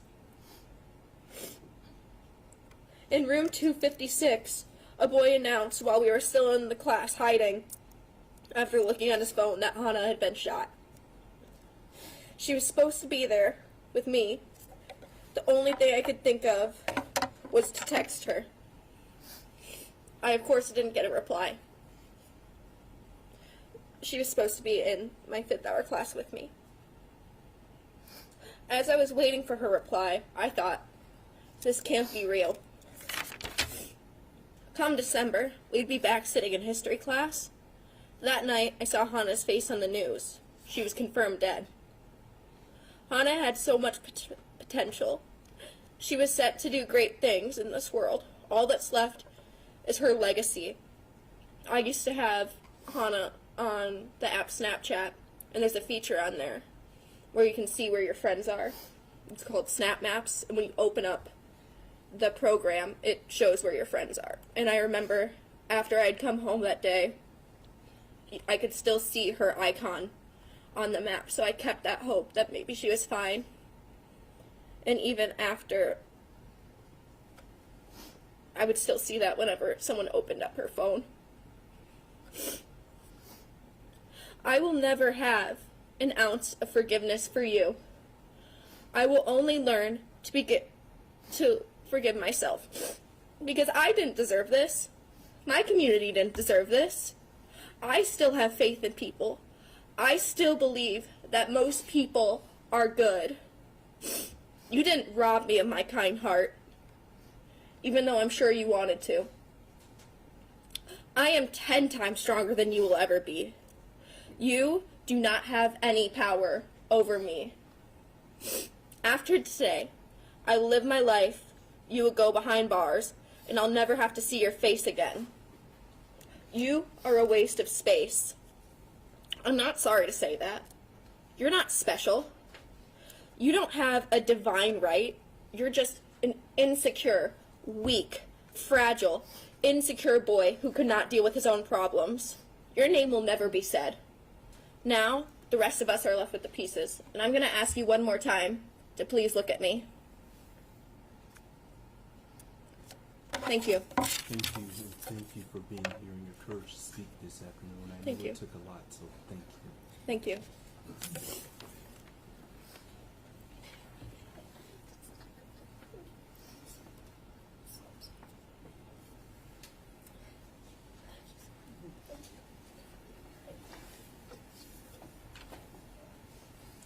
Thank you, people. Marcia Hudson. Thank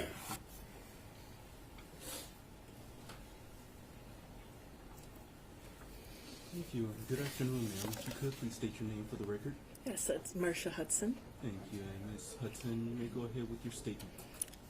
Good afternoon, Judge Rowe. I appreciate this opportunity to address the court. My name is Marcia Hudson, and I am the mother of 4 children, 2 of which were students at Oxford High School on November 30th, 2021. My daughter graduated from Oxford High School in June of 2022, and my son, a freshman during the 21-22 school year, is now a junior at Oxford High School. Before November 30th, 2021, my daughter would always wake up with a smile on her face. Cheerful, confident, optimistic, caring, and as reported by her teachers, often seen laughing with her friends, making TikTok videos in the hallway, and basking in the glow of what was starting off to be an amazing senior year. Life was finally getting back to normal, having just experienced a global pandemic, and her outlook was bright. Before November 30th, 2021, she loved attending football games with her friends, going to dances, playing soccer, planning events, and engaging in her studies. Life was good, as it should be when you are young and full of life. She was trusting of others, always ready to lend a helping hand, and was thrilled to be accepted into Miss Getz's mentoring class, for she truly cared about the well-being of everyone within the walls of Oxford High School. She wanted to make a difference for others. On the morning of November 30th, she joined Tate, Kylie, and the rest of the mentorship class to deliver their Bully Buster lessons at Oxford Middle School, serving as mentors and friends to these younger students. After the shooting, things have changed significantly for many of us, my daughter included. She still has trouble falling asleep and quite often awakens several times throughout the night. Loud sounds, sirens, and sudden movements cause an uncontrollable reaction in her. She involuntarily begins to shake. She drops to the ground, covering her head, and begins to cry. Like many, many of her friends and members of our community, she has been traumatized. She has been formally diagnosed with PTSD, anxiety, and depression by her medical doctors. It is important for me to note, however, that despite it all, she is making her way through and out, taking small steps forward, healing each and every day. The light is once again beginning to fill the dark spaces. This is happening, of course, because of her tremendous strength, the support she receives from her family and friends, but primarily it is through a lot of hard work she continues to do weekly with her therapist. Her father and I are tremendously proud of her. She is currently a pre-med major at Michigan State University, and despite everything she has endured and watched her friends endure, her faith in humanity is slowly returning. She is determined not to let the evil acts that she witnessed take anything more away from her. As a mother helping to navigate not just my children's emotional and mental health, but that of my own, I too recognize the ways in which I have been affected by this senseless act of violence. The events of November 30th, 2021 have rocked the very foundation of what I have known to be good and right about the world. And despite the depth and breadth of emotions that I have experienced since November 30th, 2021, has fundamentally changed who I am today. I struggle with my emotions to this day, and the thoughts, feelings, and memories continue to rise up unexpectedly, like as I drive into the local Myre parking lot, my mind still flashes back to the day that we all raced there, praying and pleading along the way. I remember arriving and watching my child crying, unseen, running back and forth across the parking lot, completely panic-stricken. I remember how desperate I was to get her into the car and hold her close, to hug the fear and sadness away. Simultaneously, I think about and pray for the parents of those that also raced to Myre, so that they too could be reunited with their shaking, panic-stricken children, only to learn that they will never again be able to hold their child.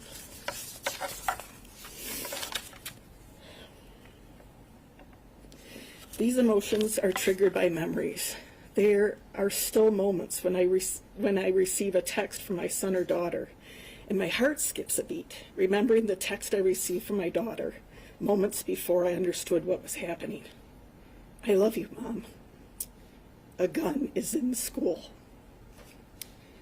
And later that day, when I had a number of children sitting in my TV room, shaking, crying, in a state of shock, one with his classmates' blood still on his shirt, watching the news reports, the increasingly disturbing tragedy unfolding before our eyes in my beloved town in real time. The looks on their faces as they realized which of their friends were wounded and were killed, how life as they knew it had changed forevermore. Memories of the yellow and blue ribbons, the Oxford Strong signs, the makeshift memorial at the high school, the prayer vigils, and the funerals. On November 30th, 2021, 4 beautiful people were taken from this earth and 7 others wounded through a senseless act of evil. I believe that the Oxford High School shooter should remain in jail for the remainder of his life and be sentenced to life without the chance of parole. The shooter who craves notoriety is not deserving to have his name included in my thoughts, and so I'm intentionally omitting his name from this written statement. I do, however, wish that his parents would have provided him with the love and care that he deserved and was begging for seemingly all his life. I will never mention the shooter's name ever again. Instead, I choose to take this opportunity to remember and honor our victims. Multi-talented Justin, for his heroism, his wit, and wisdom. Madisyn, for her ability to make the world more beautiful, not only by her presence, but by the amazing works of art that she created. Tate, our forever captain, Oxford superhero. Through his legacy of leadership, our community's youth will emulate and strive to embody Tate's traits through their involvement in the incredible 42-strong Tate Myre Foundation. And Hana, our beautiful flower, whose memory will be honored in many ways, especially through a garden that is currently being constructed in her honor. We will all care for Hana's garden. We will visit and remember and bask in both its beauty and her memory. Their legacies, their beauty, their love of life, and the gifts they bestowed to others. We will remember you, Tate Myre, Hana St. Juliana, Madisyn Baldwin, and Justin Shilling, forevermore. Love wins. Thank you for your statements this afternoon,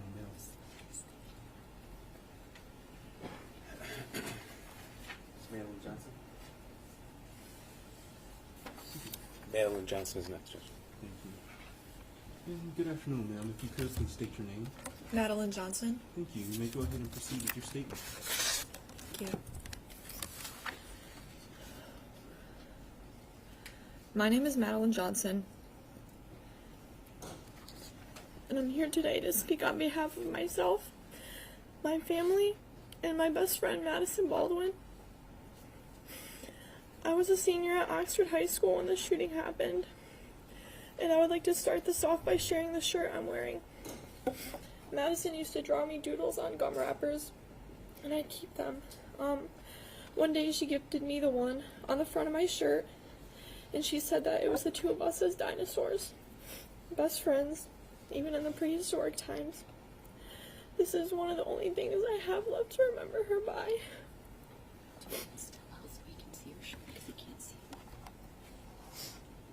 This is the back. Thank you. On November 30th, 2 years ago, Maddie and I were coming from our 4th hour AP statistics class that we had together, and we were walking down the 200 hallway. I had a lot of time to get to my next class, so I figured I would walk Maddie to her 5th hour class, sociology. Once we neared the end of the hallway, we realized that the shortcut she usually took, the courtyard, was closed for the season. I've since heard that the courtyards were not closed that day, but we both seemed to think that they were. We had to take the long route instead, the one that curved around the school. Little did we know we were walking straight towards a gunman. Since neither of us had intended on taking the long route, I realized that I was going to be late for class. So I said goodbye to her and turned around to start walking the other way. I didn't think that goodbye was going to be permanent. I thought it was goodbye for an hour, and I'll see you next class. As soon as I started walking the other direction, I heard the first round of bullets. The pattern of them still plays in my head every single day. For a moment, just a fraction of a second, everything went quiet, or at least it did for me. I looked around the hallway and saw looks of horror on the faces of teachers and other students. Their faces are frozen in my mind. I didn't see Madisyn. I couldn't see where she went.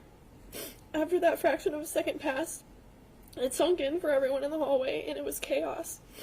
People were screaming, running, pushing, and shoving. Doors were being slammed shut as kids desperately tried to make it to a classroom, and more gunshots rang in my ears. I wasn't in control of my own body anymore, and I couldn't feel any of my limbs. My hearing went out, sort of like when you're underwater and people above you are talking. My vision went blurry, and I didn't even realize that I was running as fast as I possibly could to the other end of the 200 hallway. I later recalled that I passed so many exits, so many side doors, but during those few minutes of hell in the hallway, all I could do was run forward. I found out that Madisyn died a few hours later from a photo on somebody's Snapchat story. I didn't believe it until multiple other people confirmed it for me. Even then, for months, I still didn't really believe it.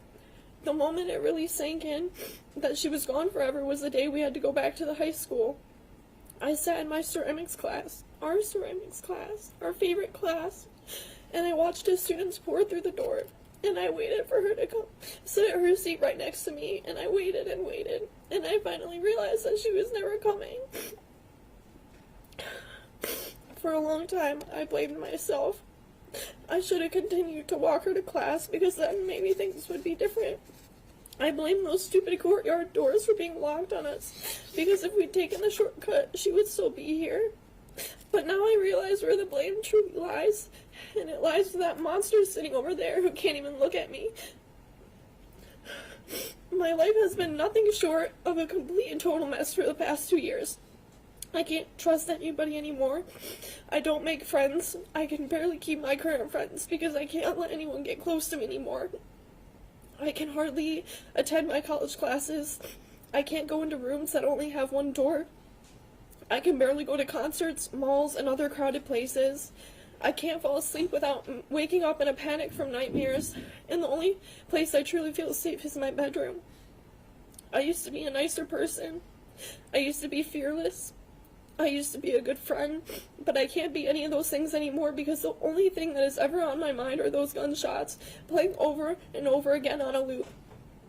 I don't enjoy things anymore, but all these combined are not even nearly as painful as it is to live without my best friend. I want the person who did this to know that Madisyn would have been your friend. I want you to know that she would have treated you with nothing but kindness had you not killed her. I'm not sure how much emotion you're capable of feeling, but I hope you regret it. And I hope it eats away at you. And I hope you feel even a fraction of the loneliness that I felt over these last 2 years. But I can't leave this courtroom today thinking that you won, and I can't let you think that either. You turned your pain into hatred, and I turned mine into love. That right there is one of the many differences between you and I.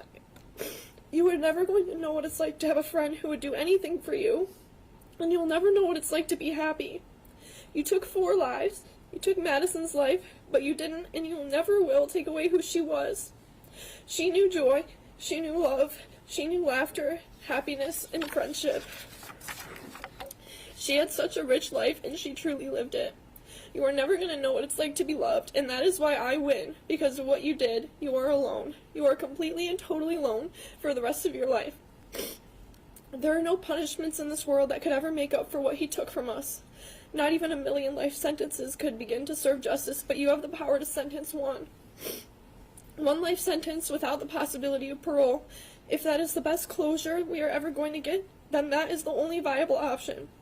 Any lesser sentence or any possibility of parole would be a slap in the face to everyone who is here today. Giving a mass murderer a second chance at life after he took 4 lives, injured 7 people, and traumatized students like myself is unthinkable. Thank you, and please take this into consideration. Thank you for being here, and I'm very sorry about the loss of your friend, but thank you for your strength and courage in speaking this afternoon. Thank you. Cool. Judge, we have a minor next as well. Thank you.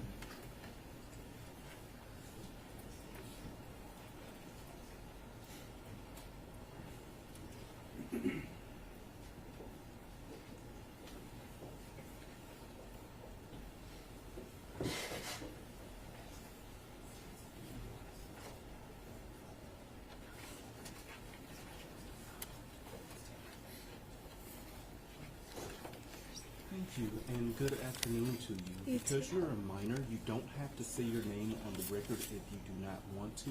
But of course, if you want to, you may go ahead and state your name.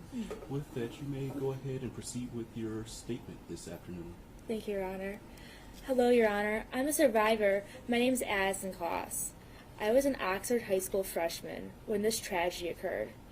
Before this happened on November 30th, I was living my childhood out doing what I loved and being oblivious to the world around me and all its bad things.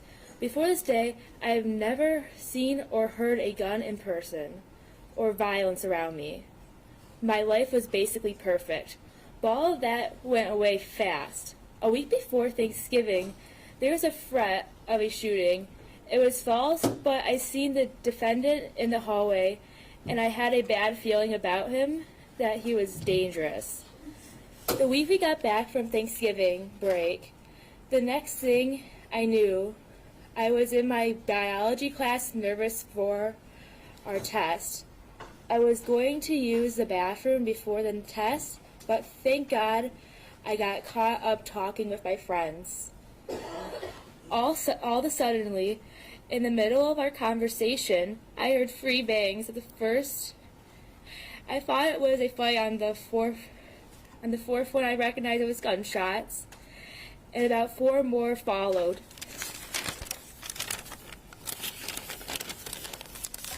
Me and my friend were near the door, and we hugged each other tight and ran to the corner. When we reached the corner, we kneeled down hugging each other for dear life. It felt like slow motion. While our teacher was closing the door, I was thinking he was going to get into the room. Once the door was closed, I heard a few more shots. I noticed my phone was still on my desk across the room, and all I wanted was contact with my mom. That made me feel hopeless. It got me thinking I'm never going to see my family or parents again. That made my heart sink. My life was flashing before my eyes. I started crying. I wanted my mom. Luckily, my friend had her phone, and I was able to tell my mom I loved her. An hour of horror went by. Me and my classmates were crying and worried for our lives and our friends' lives. We were trying to figure out if our friends were okay. Finally, a police officer came in to rescue us. At that moment, I thought this all was a bad dream. When we finally came outside, the cold breeze hit my face, following the officer out to get searched. After I was searched, I called my grandma because my parents were at work and I thought they would not be able to come pick me up for some reason. When I heard my grandma's voice, I broke down crying because I thought I would never hear her voice again. She reassured me. Then we got on the bus to Myre to reunite with our family. On the bus, my other grandma called me and told me my mom was on her way to Myre, and she was offering her support. At Myre, I was finally able to be back in my mom's warm arms, as we hugged more tightly than ever before. We finally arrived home, and my dad greeted me with the biggest hug he has ever given me. He usually is an unemotional person. The rest of the night was filled with grief. The after effects on me was I could not sleep alone for weeks after this tragedy. I slept in my parents' room for the first week, and I don't usually sleep with my dog. My dog had to sleep with me. I also now always tell my family and my friends and my loved one multiple times a day I love them because I'm scared of losing them. I also still get nervous in crowded spaces because I'm scared I would not be able to escape. But all I am sensitive to is loud noises because it reminds me of that day. There has also been many more effects on me, but this has also impacted my family and my peers. My mom sometimes still cries when she is talking about that day because she was traumatized. She didn't know if I was okay or make it out alive.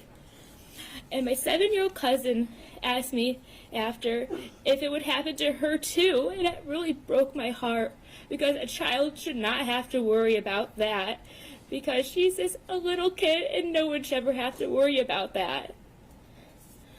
This also impacted the parents who lost their babies that were dear to their heart, and my heart just breaks for them. These kids who lost their lives are the most incredible human beings to ever walk this earth. They all have impacts on their community members. Hana, Tate, Madisyn, and Justin were kind beyond words, positive, and most importantly, care for their peers in our community. There are some more meaningful traits about them that I admire. Also, the other 7 who survive are also in possession of the same traits and are strong beyond words. So, Your Honor, I am asking you to give this defendant, or should I say monster, life in prison without the possibility of parole in a maximum security prison, because this monster should never be free again and suffer because he took the life of Hana, Tate, Justin, and Madisyn, and injured 7 others, and also impacted another 2,000 people, traumatizing them all for life. Why should he walk free while we're suffering the trauma he put on us? Thank you, Your Honor. Thank you. Thank you for your statements this afternoon. Another minor, Judge? Thank you. And with that, we'll keep the recording down.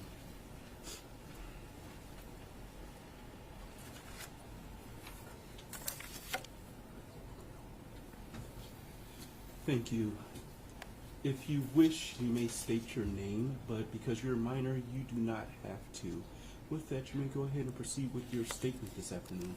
My name is Sylvia Lester. By my understanding, a victim impact statement shares the story of how a crime has affected oneself. I feel compelled to share my own story.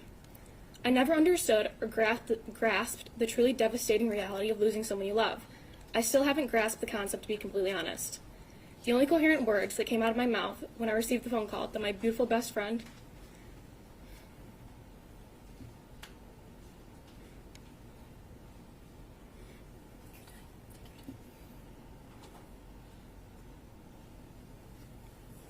14-year-old Hana St. Juliana had been shot to death were, oh my God. I thought her sister was lying to me on the phone, for there was no way that my Hana had been brutally killed in their school hallway mere minutes after I left her to head my 5th-hour class. After being placed in lockdown, I hid in the corner of my darkened English classroom, oblivious to the true carnage happening just across the courtyard from me. I can still feel the echoes of classmates' hand clenched tightly in my own interlocked fingers. I can hear my blood rushing through my ears as I waited to experience the ring of a gunshot that would end my life. I can no longer walk down the street without thinking someone is waiting to kill me, aiming for me. The sound of sirens automatically alerts my brain to another school shooting, and to the numbing walk after leaving high school, to the same irrational call that will inevitably be following, informing me another person I love is gone. To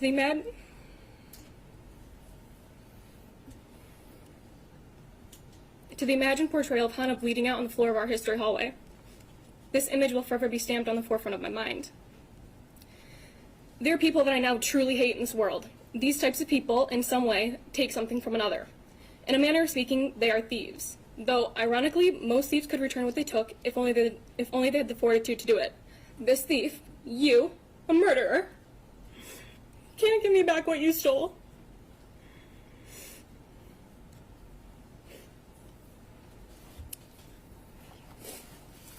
You stole my best friend. You stole my carefree laughter. You stole my Christmases. You stole my Tuesdays. You stole my New Year's. You stole my Friday night football games. You stole Hana's 15th birthday. You stole Hana's 16th birthday. You have stolen every single one of her birthdays. You stole my 16th birthday, along with my 17th and everyone following it. You stole my ability to live life without the crushing fear of being killed at any given moment. You stole my love of school. You stole the love I had for the naivety in people. You stole my trust in the innocuous people on the sidewalk. You stole the comfort of my room by leaving me petrified of the dark and the horrors that may be waiting in it, that may be lurking in it, waiting for me to let down my guard once again. You stole my dreams and turned them into recurring nightmares where my best friend bleeds out on the floor of our school. You made me into someone that I never would have recognized at 15. You took the girl that I was, tore her to shreds, and left her to find a way to suffer through every single day without the presence and loving friendship of Hana St. Juliana. It was asked in the Miller hearing if it was traumatizing to lose your best friend. You don't need an expert to tell you, you need only ask me. As was most likely predicted, the answer to that question is a resounding yes. Traumatized because I thought Hana would forever change her jewelry. Because I never thought I would have to be the one who would speak at a funeral, right after turning the young age of 15. I never thought I would look at my best friend's emotionless 14-year-old face in a casket. I never thought there would be a bed of flowers cushioning Hana's lifeless body as a freshman in high school. I never thought there would be the sound of bagpipes leading her enclosed body out of a church. I never thought there would be a week when Hana didn't have a new nail color. The reasons are endless to why it's traumatizing to lose a best friend. I thought we were allowed to be innocent as children. I never could have fathomed I would blame myself for the death of my best friend. I never could have imagined a day where I would have to blame myself to try and give a reason as to why she died, to why you decided to take her life. I never could have conceived the idea that at 15 I would feel as if my best friend's blood was on my hands, all due to the reality that I left her in a hallway because I didn't want to be late to class. I've convinced myself that if only we would have gone to the bathroom, Hana's life would have been spared and my happiness would be intact. We didn't get to be children for very long, for these aren't the thoughts any innocent child should mull over. The day Hana was killed, you left the shell of 15-year-old me, crying and shattered on a hardwood floor in the fetal position, encased in my own arms, with tear tracks that will forever be tattooed on my face as well as my heart. To this day, I'm convinced I'm still lying on that hardwood floor, rejecting the actuality that I live while Hana doesn't. You left Hana St. Juliana, my best friend, my person, lying dead on the floor in a pool of her own blood. On November 30th, you terrorized 1,800 students and teachers. You shot 6 defenseless students and 1 teacher. And ultimately, you killed Madisyn Baldwin, Justin Shilling, Tate Myre, and Hana St. Juliana. You should never get the opportunity to steal from anyone else ever again in your entire life. You shouldn't have stolen from me.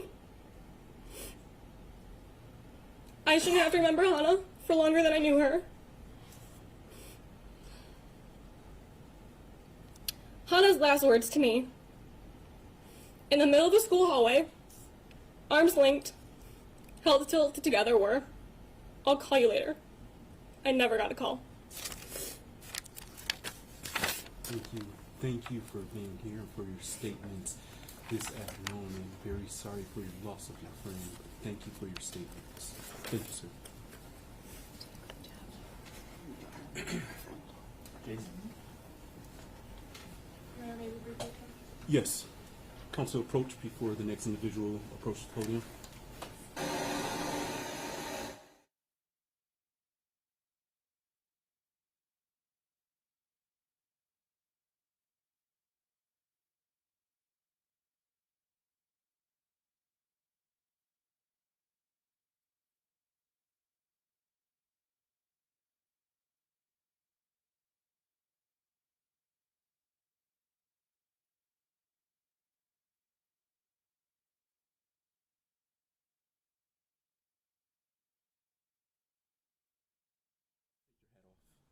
Please remove your hat in the courtroom. Thank you.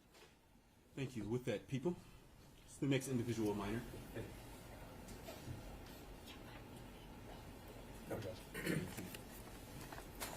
Thank you, and good afternoon. If you could, please state your name for the record.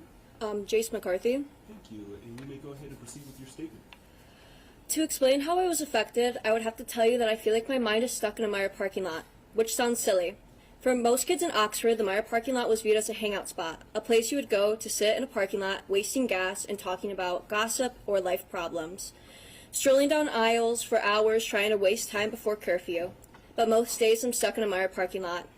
A parking lot filled with my peers hugging each other, cameras everywhere with reporters shoving microphones in faces, asking questions we couldn't comprehend at the time, with police sirens flooding the streets in my senses and helicopters flying overhead. I am still there. I can feel the concrete underneath my feet. The cold, harsh wind still greets my face, even in the warmest July heat. I am still as the world spins and my hindsight becomes blurred and hazy. I was coaxed into a state of shock for a long time. Some days I miss it, the feeling, the unknown, before it was real, when I was whole. When people started to come out and tell the world that they lost a piece of themselves that day, or they were looking for the person they were before the shooting, I didn't think I was a part of that group. Maybe I was taking it too literally, or maybe I wasn't aware enough to realize. I think for a long time I was walking around fractured and not knowing it. I didn't know when I lost that part of me. I still don't. Was it when I saw cop car after cop car from everywhere in the state? Was it before I saw 3 confirmed dead on the TV? Was it when I saw post after post of Madisyn's senior photo being used as a makeshift missing poster? Was it when the world stopped? My older brother came home a little after I did. He sobbed into my mother's arms. I can't remember a time he cried before that. I sat in a kitchen chair, confused, unsure what to do. So I left and walked to my room. Unfortunately, the walls weren't thick enough to prepare me for the words that came out of his mouth next. Nate's brother was shot. He was shot in the head, Mom. I felt time froze. I didn't know what to think. I didn't think I was hearing his words correctly. I was mixing up kids in my grade, scrambling for a name that I was clearly blanking out on. I remember staring blankly at my phone, hoping that it would somehow tell me magically what to do. No one tells you how to comfort someone after receiving news like that, so I stayed hidden in my room. Justin Shilling, someone my brother has known for years. The number on the TV screen felt more like a cruel weight that suffocated me. The number on the screen was real. Nothing screams real like a gurney outside the exit of your old chemistry class. I didn't sleep that night. I was hoping I would hear news about Justin. Calling friends of friends who knew something, I told my mom in the early morning hours that people were saying goodbyes. I didn't want to be the one to tell my older brother. Looking back, I'm sure he knew. By 9 a.m., Justin Shilling was trending on social media. Justin Shilling is dead. I went to vigils out of nonstop guilt. I kept every candle. They've been collecting dust in a senior memory box that I made 2 weeks before my senior year, with high hopes that it would hold things like good grades and grad cards, turned into a gravesite of everything that embodies the 30th, from coping cards to Oxford Strong mementos. I still have wax on my shoes that I don't have the heart to clean. It's strange that I view that as a better time, not having to cope with the grief or loss because it hadn't hit me yet. Depending on the day, I'm aware enough to know that that wasn't a better time. A better time was not having to walk where kids bled out and died. A better time was not knowing the kid who sat at my homecoming table, or the fact that 2 months later he was going to school with a gun with the full intent on using it. A better time was worrying about how I was going to pass my math class and not how fast I could put in a night lock. I haven't been able to go to college out of fear that I'll go through another school shooting. I've watched friends drop out. Every day I fear for my siblings who are still in school. I fear for my friends. Every time I hear a whisper about a campus threat, I find myself praying, begging whoever's up there that my friends are safe. I can't bring myself to even think about the worst scenario. I don't know if I could go to another vigil. I don't know if I could go through it all over again. I hate cameras flashing. The sound of cameras clicking gives me the sense of unease. You never really get told the after. It's not just one thing, it's many. No one tells you the after. The only way you know is when you go through it. My friends and I's grief will forever be for the public view. Our faces on the front page above the fold or trending on some news network. Our tears will forever be engraved in film. The worst day of our lives will forever be attached to our names and to our faces. One quick search shows us at our absolute lowest and most vulnerable, and no matter how far I run, no matter where I go, I can never escape the everlasting fear that the 30th has instilled in me. I do not get to move on. Every day I'm reminded of the 30th. Each time I feel my hair get blonder, I hear myself repeat 151 days till graduation in the back of my mind. I hear voices of people I haven't spoke to in ages. I hear cameras clicking, and I feel the weight of my brother's cries washing over me for the first time all over again. I'm a senior in high school again. I find myself unable to move on. I find myself back where I was in the Myre parking lot with the wind and the sirens. And maybe if I could find that kid with bleached hair and torn up Vans wearing a coat that wasn't his, maybe wondering if he would have rehearsal afterwards. Maybe I could find forgiveness, but I know I never will. I chase after him most days. I see him across the street or down the hall. He haunts me, a constant reminder that I will never be the same, that death and trauma isn't something that can be scrubbed away no matter how hard I may try. My words will never be able to paint a perfect picture or make an outsider truly understand the haze the world turned into in that Myre parking lot. A haze that somehow turned into hours within a blink, and then it was days, which somehow turned into months, and when I woke up from it all, I was left with a heavy burden of loss, grief, and guilt that will forever ache in my bones and taint the air I breathe. It's more of a person, a friend, something that knows my ins and outs, and I'm sure I'll be holding its hand for a very long time. It'll greet me when I least expect it in the years to come. It waits on the edge of my bed every morning and tucks me in at night. It follows me around, always looking over my shoulder. It's the voice that tells me to check my exits, follow the rule of 3. 3 exits, 3 hiding spots, 3 things I can use to defend myself. That open spaces aren't safe, that loud sudden noises means it's life or death and I need to run. That backpacks don't just hold books, but lethal weapons that someone is just itching to use. It tells me I will never be safe. It makes me second guess when I hear sirens. I can never tell if they're real. If my room gets quiet enough, I can hear them. They're more than a familiar sound. Yet when my body hears emergency vehicles, I can't help but tense up. If I can't sleep at night, it crawls into my bed beside me, making me think of what ifs, or what I'll do, who I'll call, what I'll say if it happens again. And as the 30th approached closer, I find myself in sleepless nights. The cold air gets harder to breathe. The weight on my chest becomes ever more present, and I'm looking over my shoulder. Every small noise becomes a mental game of am I safe? Even the crunchy snow becomes a cruel reminder. Passing by the school around this time of year gets harder because when there's no cars, my mind convinces itself that I'm on break, that I'm 18 again. I have to look in the mirror and I have a hard time seeing the person who's looking back at me, because sometimes time isn't linear to me. I expect to see the person I was. I have a hard time to remind myself that I haven't been 18 for a minute, that I'm not playing Nancy Drew over deerhead conspiracies, and I'm not skipping my online class for the 80th time that semester, or I'm not going to walk into fifth hour and listen to the girl next to me talk about her teacher. That I am 20, that the world moves on, and I just didn't know it would move on without me. That it's mostly in my mind or in my head. Time is a very strange thing. Some days the 30th doesn't feel real. It feels like it was decades ago, and others I'm right back in it. I don't know why pain and trauma are like this. I don't know why it tends to rush me or corners me. I don't know why it acts like I have places to be. I ask myself a lot, why is the weight on my shoulders? Why is the guilt of surviving on my doorstep, and why is it pounding on my door? Often I wake up, and the first thing I do is pull myself together. I find myself trying to scream my way out of nightmares. It's become my go-to method of waking myself up. It gets my mind to the real world. People who have never gone through something like this will view this as closure, an ending, moving on. When something is over, I don't get to move on. That weight and guilt doesn't dissipate over me. This traumatic event has changed me indefinitely, and there's never going to be an undo button. I will never hear the chance of Sean talk about Justin in the present tense again. I will never hear friends talk about future plans with Hana or Tate, only what-ifs and promises never seen through. We never get to wake up and move on with the loss. It lives with us and appears with us in least expected ways, and that is something the shooter will never have to endure. He will never have to go through what he made us go through on the 30th, and for as long as I have to carry on with the weight of his actions, I believe he should too.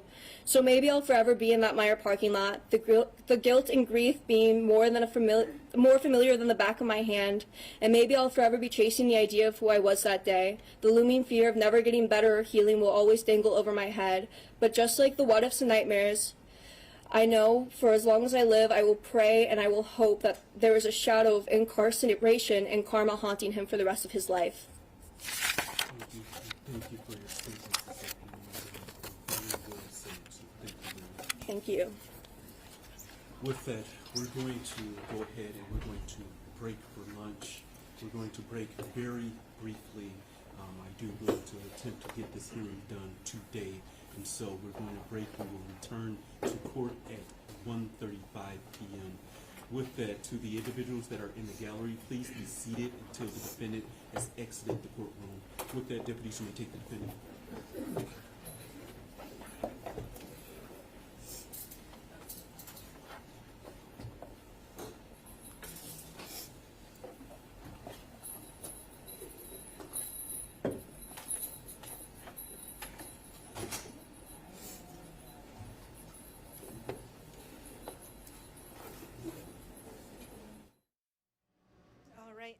Court will be taking a quick recess, and we will be coming back to this as soon as court resumes for the sentencing.